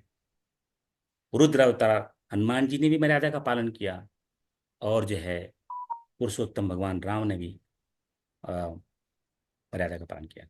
अच्छा, इसी पे एक और बात मुझे याद आ गई, चलो तुम लोगों को। लोगों को बड़ी भ्रांति होती है। भ्रांति ये होती है, लोग कहीं पुराणों में लिख दिया गया है, या कहीं कहीं पढ़ लिए हैं कि भाई भगवान राम 12 कलाओं से पैदा हुए हैं, और भगवान कृष्ण 16 कलाओं से पैदा हुए हैं। तो जो एक आदमी जो रहेगा, मैं बैठा हूँ, तो मुझे क्या लगेगा, अच्छा ये 12 कलाओं वाले हैं, ये 16 कलाओं वाले हैं, मतलब ये छोटे हैं और ये बड़े हैं। मतलब क्या, एक बुद्धिजीवी यही सोचेगा ना, कि भाई एक ऑफिस है, एक कंपनी है, तो बोलेंगे इस जो मैक्सिमम जो 12 कला के साथ में ये पैदा हुआ है, 16 कलाओं के साथ में पैदा हुआ है। मतलब कि ये हमारी बुद्धि की क्षमता देखो कितनी लिमिट है उसकी। भगवान राम कहाँ पैदा हुए थे? यह है त्रेता युग में पैदा हुए थे। किस वंश में पैदा हुए थे? सूर्य वंश रघुवंश। में पैदा हुए। सूर्य। सूर्य वंश, सूर्य में कितनी कलाएं होती हैं? 12 कलाएं होती हैं। 12, 12 कलाएं। बा- भगवान कृष्ण कब पैदा हुए थे? द्वापर। युग में पैदा हुए। किस युग में, किस कुल में पैदा हुए थे? यदुवंश। चंद्रवंश। चंद्रवंश। चंद्रमा में कितनी कलाएं होती हैं? 16। ठीक। तो परमपिता परमेश्वर जो पुराणों में लिखा है, अगर हम उसको शब्द अक्षर उसी ढंग से पकड़ेंगे तो मूर्खता। इसलिए बोलते हैं ना कि ज्ञान जो है ना श्रोत्रिय गुरु से लेना चाहिए। हम पढ़ करके, हाँ भगवान राम जो है वही, और हम लोग बार बार ढिढोरा भी पीटते हैं, भगवान राम जो है 12 कलाओं से पैदा हुए हैं, भगवान कृष्ण जो है 16 कलाओं से पैदा हुए हैं। तो मतलब कि एक छोटा है एक बड़ा है। हम यही बताना चाहते हैं ना, भगवान राम सूर्य वंश में पैदा हुए हैं, और सूर्य में सबसे मैक्सिमम कला 12 ही होती है, इसलिए उन्हें 12 कलाओं का कहा जाता है। भगवान कृष्ण चंद्रवंश में पैदा हुए हैं, और चंद्रमा में मैक्सिमम कला 16 होती है, इसलिए उन्हें 16 कलाओं का कहा गया है। कोई छोटा बड़ा नहीं है, दोनों पुरुषोत्तम है, परम पुरुष हैं, ज्योति पुरुष हैं। जो है हमें ज्ञान देने के लिए, मर्यादा बताने के लिए इस धरा पे बारंबार अवतरण लेते हैं। ये तुम्हारे प्रश्न में नहीं आया था, लेकिन वो मुझे याद आ गया कि लोगों की भ्रांति है, इसलिए मैंने इसको बताया। ठीक। भैया आपने एक बात बताया कि नाद और बिंदु, हाँ हाँ। गुरु का नाद और बिंदु। वैसे ही आपने गायत्री महाविज्ञान के चर्चा में एक बार ओंकार के बारे में बताया था कि ओंकार में अ उ म और नाद और बिंदु है। हाँ तो ओंकार में नाद और बिंदु का क्या तात्पर्य है? हाँ हाँ हाँ हाँ। देखो क्या है ना, ऋषि जो होता है ना, वो सृष्टि में संचालित ज्ञान को देखता है और उसकी अपनी एक वृत्ति होती है। उस वृत्ति को, वो उसको संचालित ज्ञान को ग्रहण करता है और फिर उसी को उसने वो तो जो देखा है, वो तो साधना की गूढ़ और उच्चतम अवस्था में देखा है। अब उसे हम सबको बताना है। तब वो हम सबको बताने के लिए जो है अपने शब्दों में बताता है। तो कहीं कहीं क्या होता है, शब्दों का हेरा फेर हो जाता है। कई कोई बोलता है कि भाई, या ऐसे जैसे जैसे मैंने बताया, पंडित श्री राम शर्मा आचार्य जी ने गायत्री महाविज्ञान बड़ा बृहद जो है वाङ्मय लिखा है। उसमें एक टॉपिक है गायत्री की अनंत शक्तियां। उसमें पहला ही लाइन लिखा जाता है कि गायत्री की अनंत शक्तियां हैं। उन शक्तियों में से अब तक सिर्फ 1000 शक्तियों का ही विवरण हो पाया है। गायत्री की अनंत शक्तियां हैं और अब तक उसकी 1000 शक्तियों का विवरण हो पाया है। उसका जो ज्ञान प्राप्त करने के लिए इतना जो अभी तक सिर्फ उसकी 1000 शक्तियां ही उजागर हुई हैं, यानी इसको जानना बड़ा नामुमकिन है। तो उसकी अनंत शक्तियों को ग्रहण करने के लिए जो है हमें अलग अलग जो धाराएं जो है ऋषियों ने बताई हैं, 1000 धाराएं बताई हैं, उसके माध्यम से पहुंचा सकता है। अब जो है ओमकार में अ उ म नाद और बिंदु, यह 5 उसके स्वरूप बता गए हैं। और जो अ उ म है, जब नॉर्मल भाषा में अगर हम उसको डिस्क्राइब करें तो जो है अ उ म ही ओमकार हो जाता है। अब जो है देखो ओमकार के, चलो और थोड़ा डीप डिस्कशन कर लेते हैं। ओमकार की उपासना 2 ढंग से की जा सकती है, एक पराचेतना के रूप में, एक अपराचेतना के रूप में। अपराचेतना क्या होती है? अपराचेतना यानी जो माया के अधीन है, यानी जो संसार है उसके अधीन है, वह चेतना अपराचेतना है। और जो माया के अधीन है, जो माया से अधीन नहीं है, जो माया से परे है, वह पराचेतना है। तो कोई व्यक्ति विशेष उस ओमकार की उपासना अपरा चेतना या अपरा शक्ति के रूप में कर सकता है और पराशक्ति के रूप में कर सकता है। तो जब वह अपरा शक्ति के रूप में करता है तो वह जो है अ उ और म के साथ में करता है। जब वह पराशक्ति के रूप में करता है तो वह जो है अ उ म नाद और बिंदु के साथ में भी करता है। तो 5 प्रगल्भ आ जाते हैं। उसका विश्लेषण ऐसा किया जाता है कि अ उ म से जो है हमारा ये पूरा जगत आ जाता है। अ उ म यानी पूरा जगत। उसमें जो है सृष्टि का बनना, सृष्टि का चलायमान होना और सृष्टि का जो है उसमें लय होना, ये तीनों चीज अ उ म में आ गई। अब इसको जो आधिपत्य करता है वो जो है करता है, जो है नाद करता है। इसको जो अधिपत्य करता है, जो नाद करता है, और वो जहां जाके ठहरता है वह जो है पर ब्रह्म परमेश्वर परम चेतना ज्योतिर्पुरुष वह कहलाता है। वह अपरिवर्तनीय है, अचिंतनीय है, वह बिंदु है, यानी वहां से कुछ मतलब उसमें कुछ नहीं है, इसलिए उसको बिंदु कह दिया गया है। तो उसको अलग अलग ढंग से परिभाषित लोग करते हैं। तो ये एक ढंग की ये परिभाषा हो जाती है कि भाई इसे आपने गायत्री हृदयम तो उसमें अगर देखा रहेगा, गायत्री हृदयम में इस ओमकार की बड़ी विस्तार से व्याख्या की गई है। ये जो परम पुरुष है, उसका वो परम पुरुष का जो आनंदमय कोश है, उसके ऊपर जो है मनोमय कोश है, प्राणमय कोश है, विज्ञानमय कोश है, और उसके बाद में अन्नमय कोश है। उस अन्नमय कोश को ओमकार कहा है। गायत्री हृदयम में उस अन्नमय कोश को, यानी अभी हमारे हिसाब से क्या होता है कि अन्नमय कोश क्या है, सबसे बाहर वाला कोश होता है। आत्मा के करीब कौन सा है, अनन्नमय कोश है। उससे सबसे दूर कौन सा है, अन्नमय कोश है। लेकिन जब गायत्री हृदय में जब ओम का की जब व्याख्या की जाती है सृष्टि का संचालन के बारे में, तो याज्ञवल्क्य जी को बताया जाता है कि भाई, कि जो परम पिता ज्योतिर्पुरुष है, उसका जो है वो ज्योतिर्पुरुष है, उसके ऊपर जो है आनंदमय कोश है, उसके में प्राणमय कोश है, मनोमय कोश है, विज्ञानमय कोश है, और अंत में जो है आनंदमय कोश है, और जो अन्नमय कोश है वही उसका नाम ओम है। यानी परम पुरुष का अन्नमय शरीर, यानी उसका स्थूल भाव ओमकार है। और उसमें तीन तरह की गति होती है। उसे भू भुव स्व, यानी अ, उ और म के नाम से उच्चारण किया जाता है। यानी जो स्थूल, जो परम चेतना है, उसका अ उ म, यानी भू भुव स्व, यह उसका स्थूल भाव है। यानी अ उ म उसका स्थूल हो गया।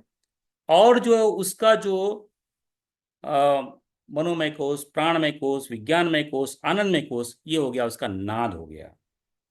और जो ज्योतिर्पुरुष है वो उसका बिंदु हो गया। बिंदु, नाद, ओम, उम। थोड़ा ज्यादा हो गया लगता है।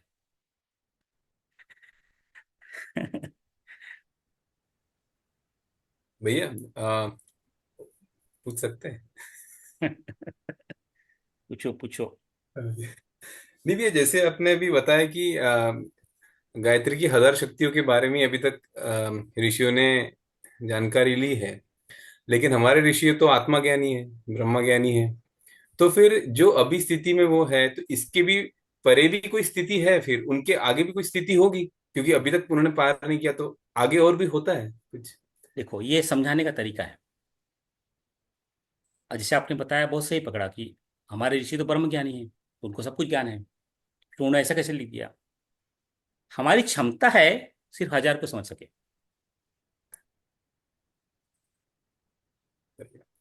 जब और आगे बढ़ेंगे तो जाए, तो समझ में आ जाएगा। वो हमारी क्षमता के अनुसार उन्होंने बताया है। जो जो ब्रह्म ज्ञानी है, तो वो सब कुछ पता है। वो अपने लिए थोड़ी बता रहा है। और लिखने की भी मर्यादा है, कितना लिखेगा वो। जैसे तो हमारे स्कूल के टेक्स्ट बुक और कॉलेज के टेक्स्ट बुक। हाँ, मतलब अपनी, मतलब हमारी क्षमता है, हम हो जाए एक ही गायत्री को पचा ऋतंभरा प्रज्ञा को ही समझ पाए, वही बड़ी बात है। अब आनंद शक्तियां तो छोड़ दो, हम ऋतंभरा प्रज्ञा क्या है आज के समय में कि क्या, वही समझ ले, हमारे लिए बड़ी बड़ी बात है। प्रश्न का उत्तर मिला। मिल गया। हाँ हाँ हाँ हाँ। एक बहुत उत्कृष्ट जो है किताब, बड़ा पतली किताब है, जिसे गायत्री महाविज्ञान पढ़ने का नहीं हो, वो गायत्री की 24 शक्ति धाराएं पढ़ सकता है। उसमें गायत्री की जो मेन मेन जो 24 शक्तियां हैं ना, उनका विस्तार से विवरण किया गया है। मतलब विस्तार से नहीं बोलूंगा, संक्षेप में ही किया है, लेकिन वो हमारे लिए ही विस्तार है। जैसे कोई बच्चा है, बच्चे को मैंने 3 लाइन लिख के दे दिया, तो उसको 3 लाइन ही बहुत बड़ा है, उसके लिए 3 लाइन ही बड़ा विस्तार है कि नहीं। तो हम सबको ना, ये मेरा जो, अगर मुझे कोई पूछे कि भैया आप कौन सी किताब लोगों को सजेस्ट करेंगे पढ़ने के लिए, तो मैंने जो जिस ढंग से मैं अपने आप को उतारा हूँ, उस ढंग से मैं ये वही बताऊंगा, भाई पहले आपको जानना है तो जो है गायत्री महाविज्ञान पढ़ो, और आपको एक ओवरऑल समरी मिल जाएगा। उसके बाद में जो है जिससे आप ज्ञान प्राप्त करना चाहते हो उसको पढ़ो, तो हमारी वसीयत और विरासत पढ़ो।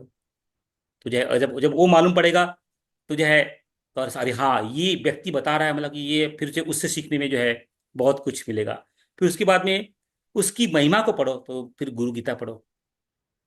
अब उसके पश्चात में अब गुरु गीता पढ़ लिया, उसको समझ लिया कि यही शिव है, गुरु ही शिव है।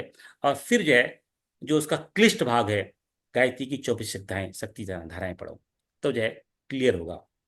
ये 4 साल का कोर्स है, नहीं ऐसा अचानक नहीं होगा ये कि भाई पढ़ लिया कि भाई, ये 4 साल से मतलब 40 साल भी हो सकता है, 440, 400, 4000 भी हो सकता है, so it is tip, I mean it is not so easy करने के लिए, चर्चा करने के लिए ठीक है। तो जो है पहले ओवरव्यू। अच्छा, एक प्रश्न मैं पूछता हूँ कि भाई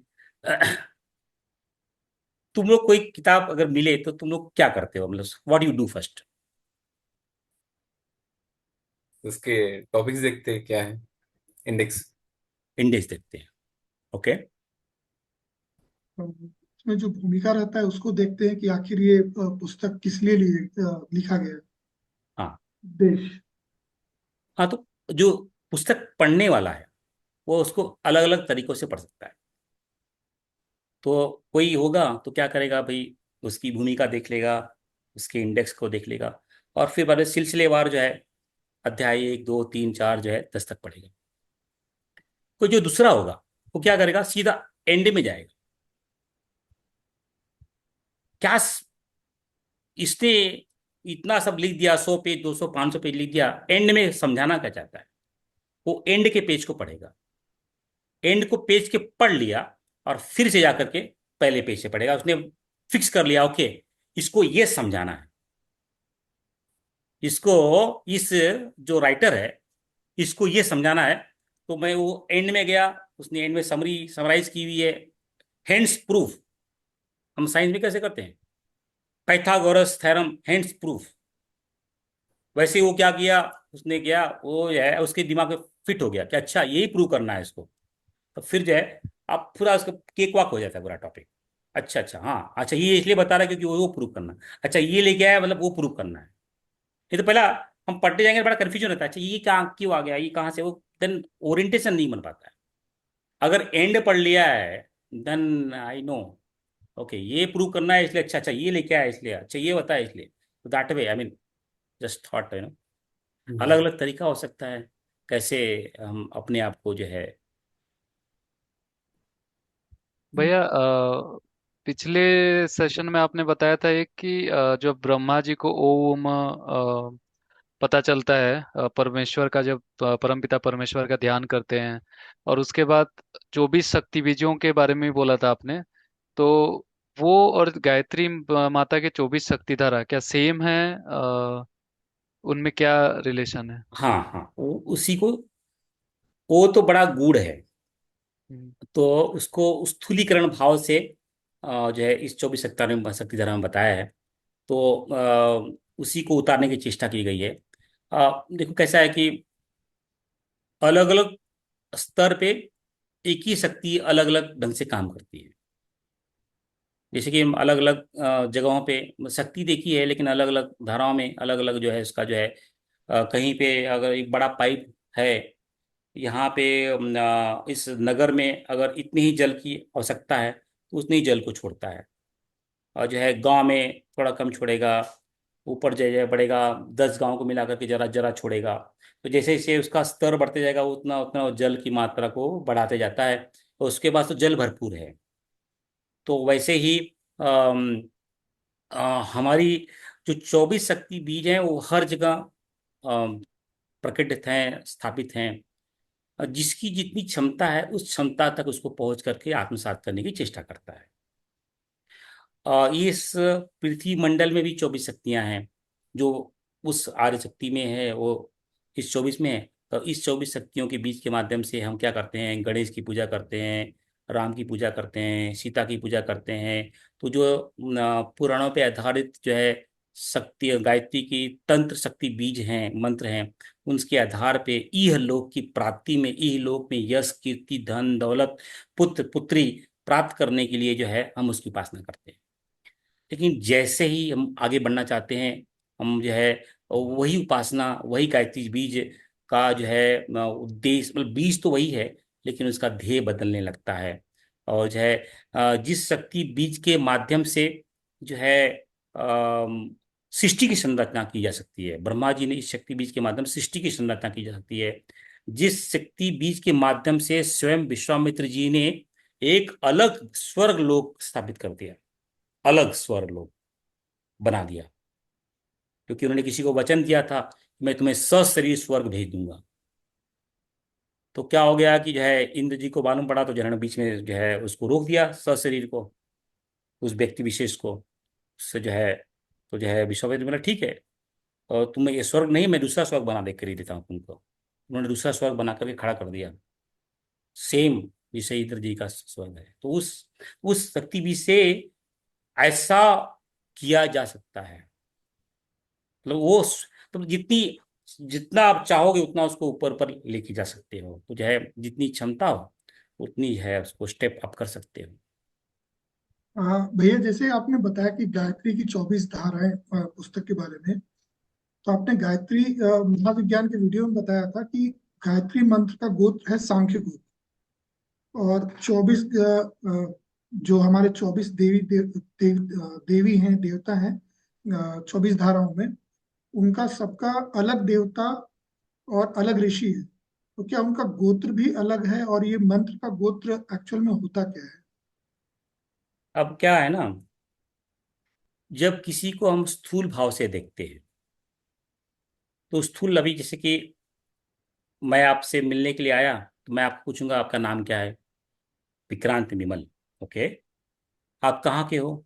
आप बोलोगे मैं पटना बिहार का हूँ। अच्छा, पटना बिहार में कहाँ से हो? उस फला फला गांव से हो।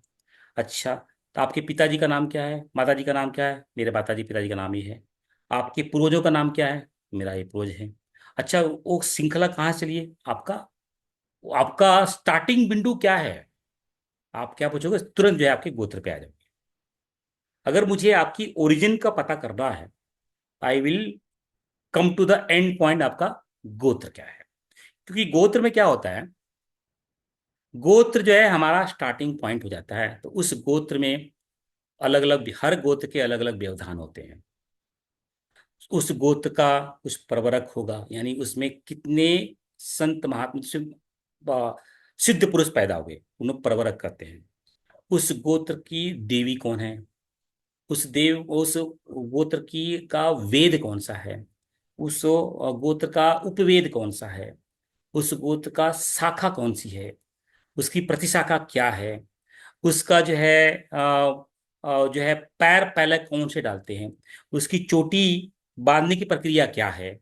यह अलग अलग गोत्रों की अलग अलग धाराएं हैं। ये है कि भगवान वेद व्यास ने वेदों को, जब बहुत बड़ा जो ज्ञान है, उन्होंने देखा कि आगे वाली जो पीढ़ी है इसको समझ नहीं पाएगी, तो उसका व्यास किया, उसका जो है अलग अलग भागों में, अलग अलग भागों में बांट दिया। एक का नाम ऋग, यजुर, साम और अथर्ववेद रख दिया। फिर उन्होंने अपने क्या किया, अपने शिष्यों को, एक शिष्य को ऋग्वेद, मतलब ज्ञान तो एक समग्र था, उसको 4 भागों में बांट दिया, और अपने 4 जो प्रतिभावान और गूढ़ दुर्लभ शिष्य थे उनको दे दिया। अब इन शिष्यों को बोला कि आप जो है इसका प्रचार प्रसार करो। भगवान वेद व्यास के, उन्होंने जब ये वेदों को पढ़ाना शुरू किया, तो उनके शिष्यों के बताने के ढंग में थोड़ा सा बदलाव आना शुरू हो गया। फिर एक शाखा हो गई, प्रतिशाखा हो गई, अनुशाखा हो गई। इस तरह से जो है उनका प्रचार प्रसार होने लगा। तो जो कौन से गोत्र में कौन सा वेद की कौन सी शाखा की और कौन सी प्रतिशाखा का आप फॉलो फॉलो करते हैं, और उस शाखा में आपका कौन सा पैर आगे बढ़ता है। क्योंकि कुछ कुछ शाखा में पैर, लेफ्ट वाला पैर आगे निकालते हैं, कोई कोई शाखा में बाएं वाला पैर आगे निकालते हैं, कोई कोई जो है शाखा में चोटी जो है लेफ्ट से बांधते हैं, कोई कोई शाखा में जो है चोटी राइट से बांधते हैं, और 3 बार बांधते हैं, 5 बार बांधते हैं। तो ये आपका एक गोत्र हो गया। मतलब आपका गोत्र दिखाता है कि आप किस तरह का परिवार से पालन करने लगे। आप जो है रामायण पढ़े रहेंगे, भगवान राम का शादी हो चुका है, भगवान उन्होंने जो है धनुष भंग हो गया, मतलब जो है जयमाला हो गया, शादी हो गया। फिर भी ब्रह्मर्षि वशिष्ठ जब आते हैं, तो जनक के दरबार में पूरा व्याख्या करते हैं, ये राम कौन है, यह दशरथ कौन है, दशरथ के पिता कौन हैं, पूरी व्याख्या तक लेके जाते हैं, और पूरा बताते हैं कि यह किस गोत्र, यह सूर्य वंश के गोत्र से आए हुए हैं। तो जब हम किसी के स्थूलीकरण करते हैं, अगर मंत्र का मैंने स्थूलीकरण कर दिया, तो उसका गोत्र हो गया सांख्यान गोत्र। यानी सांख्यान यानी जो ज्ञान को देता है, फिजन नहीं होना चाहिए। सांख होता क्या है, ये क्योंकि एक सांख्य दर्शन भी है, सांख्य दर्शन, योग दर्शन, तो लोग उसे कंफ्यूज हो जाते हैं। श्रीमद् भगवद गीता में भी अगर आपके हर एक अध्याय के नीचे लिखा होता है कि भाई योग शास्त्र सांख्य बुद्ध के लिए जो है, या ब्रह्म ज्ञान के लिए होता है। तो सांख्य का जो है, अगर आध्यात्मिक अगर उसका जो विश्लेषण किया जाता है तो वह ब्रह्म ज्ञान से होता है।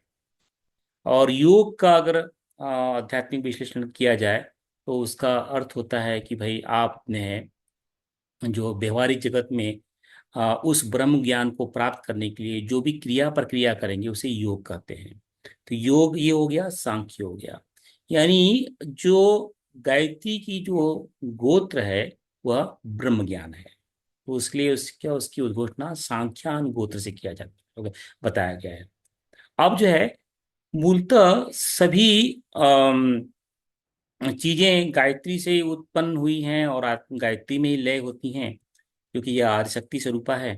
तो जितने भी अवतारी हैं, 24 अवतार हैं, उनका सीधा संबंध जो है गायत्री से बताया जाता है। जितने भी ये 24 गाय ऋषि हैं, उनका सीधा संबंध जो है गायत्री से बताया जाता है। और जितने भी 24 जो चीजें बनती हैं, जितने भी, वो सब जो है गायत्री से उनका एक समन्वय बनाने की चेष्टा जो है ऋषियों ने बताई है। तो आपके प्रश्न के उत्तर के रूप में जो है भाई, हाँ, जो गायत्री, जो 24 देवता हैं उनका जो नाम उल्लेख है, जो 24 ऋषि हैं, उन गायत्री के 24 बीजों से उनकी समानता दिखाई जाती है। और गोत्र जो है सांख्यान बताया जाता है। ये बताने की प्रक्रिया है। इसमें जब बताया, स्थूलीकरण करके जब बताया जाता है, वैसे गायत्री कोई स्त्री पुरुष तो है नहीं, तो इसका कोई गोत्र होगा। तो जो है, जब स्त्री पुरुष नहीं हो तो जो है गोत्र कहाँ से उसका होगा। लेकिन जो है ये बताने की प्रक्रिया है। इसका मूल मूल कहाँ है? इसका मूल जो है ब्रह्म ज्ञान में है। सांख्यान गोत्र यानी ब्रह्म ज्ञान। लेकिन भैया उसका सिग्निफिकेंस क्या है? मतलब मंत्र का गोत्र हाँ। कुछ सेंस बनता है क्या वैसा? नहीं नहीं, ये परिभाषा है जो है, मैंने उस समय भी, देखो बुद्धिजीवी हमेशा रहते हैं। हमें जो है कोई यानी आज के जमाने में ही बुद्धिजीवी, ऐसा नहीं कि बुद्धिजीवी तो पहले भी थे। चारवाक को मानने वाले पहले भी थे। वो जो गायत्री की उपासना होती तब भी थे, अभी भी हैं। तो चारवाक यानी जो जड़ में ही सब कुछ मानते हैं, चेतन उनके लिए कुछ नहीं है। खाओ पियो नहाओ और चल बसो, मतलब कि सब कुछ जो दिख रहा है वही प्रत्यक्ष है, बाकी कुछ भी नहीं है। वो उस समय भी लोग थे। तो उनको बताने के लिए, या फिर अलग अलग धाराओं, अलग अलग लेवल के लोगों को बताने के लिए जो है उसका बताया गया है कि भाई गायत्री का मूल उद्देश्य ब्रह्म ज्ञान है। और ब्रह्म ज्ञान यानी सांख्यान, सांख्यान शब्द, और उसके लिए उसको गोत्र नृत्य संबोधन कर दिया है। कि जैसे कि आपको जानना है, अगर मुझे आपका गोत्र का ज्ञान हो गया ना, तो मैं आपको पूर्ण रूप से जान जाऊंगा कि भाई ये व्यक्ति विशेष इस पद्धति से रहता है, इस पद्धति से इसका विचार है, इस पद्धति का पालन करता है, इसकी यह परंपरा रही है। तो मुझे गोत्र से आपकी पूरे परिवार के खानदान की जानकारी मिल जाएगी। तो वैसे ही गायत्री के गोत्र के संबोधन का उद्देश्य ये हो सकता है कि जो है गायत्री ही से ब्रह्म ज्ञान की प्राप्ति हो सकती है, और गायत्री के माध्यम से ब्रह्म ज्ञान की प्राप्ति हो सकती है, इसलिए उसे सांख्यान गोत्र बताया गया है। और एक बात मैं और करेक्ट, बार बार हम लोग बोल रहे हैं कि भैया आपने बताया है, मैंने कुछ नहीं बताया है। ये गायत्री महाविज्ञान, वाङ्मय, पुराण, वेद शास्त्र में बताया है, क्योंकि हमारी इतनी क्षमता नहीं कि हम बता पाए। हाँ ठीक है, व्यवहारिक भाषा में लोग हम बोल देते हैं, लेकिन लोगों को भ्रांति न हो इसलिए यह स्पष्टीकरण अति आवश्यक है कि मैंने कुछ नहीं बताया है, क्योंकि हमारी उतनी क्षमता नहीं है। यह वेदों में उद्घोषित है, और वेद में जो लिखा है उसको अपनी क्षमता के अनुसार मैं बता रहा हूँ। पुराणों में जो लिखा है, जो गायत्री महाविज्ञान वांग में लिखा है, उसके बाद बता रहा हूँ, क्योंकि ये हमारी क्षमता नहीं है। तो यह व्यवहारिक भाषा, बोलचाल की भाषा में आपने बताया वो ठीक है, लेकिन बैक इन माइंड मेरे अंदर भी और आपके अंदर भी, और जितने भी लोग सुनने वाले लोग हैं उनके अंदर भी यह रहनी चाहिए कि यह वेद की बातें हो रही हैं, यह किसी व्यक्ति विशेष राजेश ने नहीं बताया है। जैसा कि आज हम लोगों ने मतलब बहुत सारी बातों पे चर्चा कर ली है। गायत्री चिंतन मनन, ओमकार का नाद बिंदु योग, अ, मंत्र का गोत्र क्या है। सो ऐसे ही हम लोग आगे की चर्चाओं में कुछ नए प्रश्न लेके आएंगे और नई चर्चा करेंगे, आगे अब डिस्कस करेंगे। ठीक ठीक। भैया का बहुत बहुत साधुवाद, बहुत बहुत धन्यवाद। आप सभी का भी बहुत बहुत साधुवाद, धन्यवाद। और सभी दर्शकों का भी बहुत बहुत साधुवाद, बहुत बहुत धन्यवाद।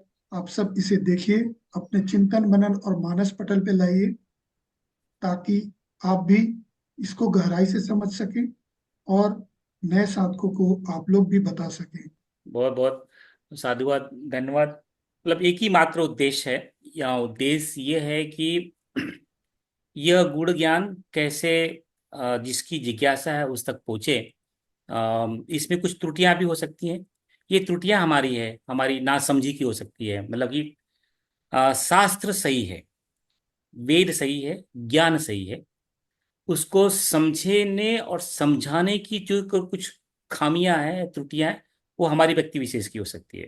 तो आप उसको उस ढंग से लें। और अगर इसके माध्यम से, इस चर्चा के माध्यम से हम अगर किसी एक दो व्यक्ति विशेष के अंदर भी अगर यह ज्ञान जिज्ञासा जागे, तो वह गायत्री का चिंतन करे, तो सबके लिए लाभकारी है। और यही उद्देश्य हम सबका है कि हम सब जो है गायत्री के चिंतन में आगे बढ़ें, और गायत्री के चिंतन में कोई भ्रांति न रहे। पुनः जो है देव स्वरूप विभोर और विक्रांत, वरुण और नितेश को बहुत बहुत साधुवाद। बहुत जटिल जटिल प्रश्नों को लेकर के आए साधकों के, और जो है और खुद के जो है, और हमने भी चेष्टा की अपनी क्षमता अनुसार बताएं। ये मैं नहीं कर रहा हूँ कि यह जो मैंने बताया है वह अक्षर वही होना चाहिए। कि जो मेरी क्षमता है उसके अनुसार बताया गया है। इसमें कुछ त्रुटियां हो सकती हैं। तो मेन अगर आपको सचमुच ज्ञान चाहिए, तो आपको जो है गायत्री महाविज्ञान के जो वांग्मय है उसका मनन करना पड़ेगा। और उसके साथ में 7 और बृहद वांग्मय है गायत्री के, उसको पढ़ना पड़ेगा। वेद को पढ़ना पड़ेगा, पुराणों को पढ़ना पड़ेगा। हमारी चिंतन, हमारी चर्चा में न जाए, इस चर्चा के माध्यम से वेद की तरफ, पुराण की तरफ, गायत्री महाविज्ञान की तरफ जाएं। यही उत्तम रहेगा, क्योंकि वो सही ज्ञान तो वहाँ मिलेगा। क्योंकि हमारी बोलचाल में कुछ खामियां हो सकती है, हमारे बताने की स्टाइल में खामियां हो सकती हैं, गलतियां हो सकती हैं। पुनः आप सभी का बहुत बहुत साधुवाद और धन्यवाद। जो है तस्मै श्री गुरुवे नमः। तस्मै तस्मै श्री तस्मै गुरुवे श्री नमः। गुरुवे नमः। तस्मै श्री तस्मै श्री गुरुवे नमः। वाह। विक्रांत भैया, देवस्वरूप भैया, नितेश भैया, राजेश भैया, सभी का प्रणाम। सभी को तस्मै प्रणाम। श्री बहुत बहुत गुरुवे नमः। धन्यवाद सभी को। सबको प्रणाम।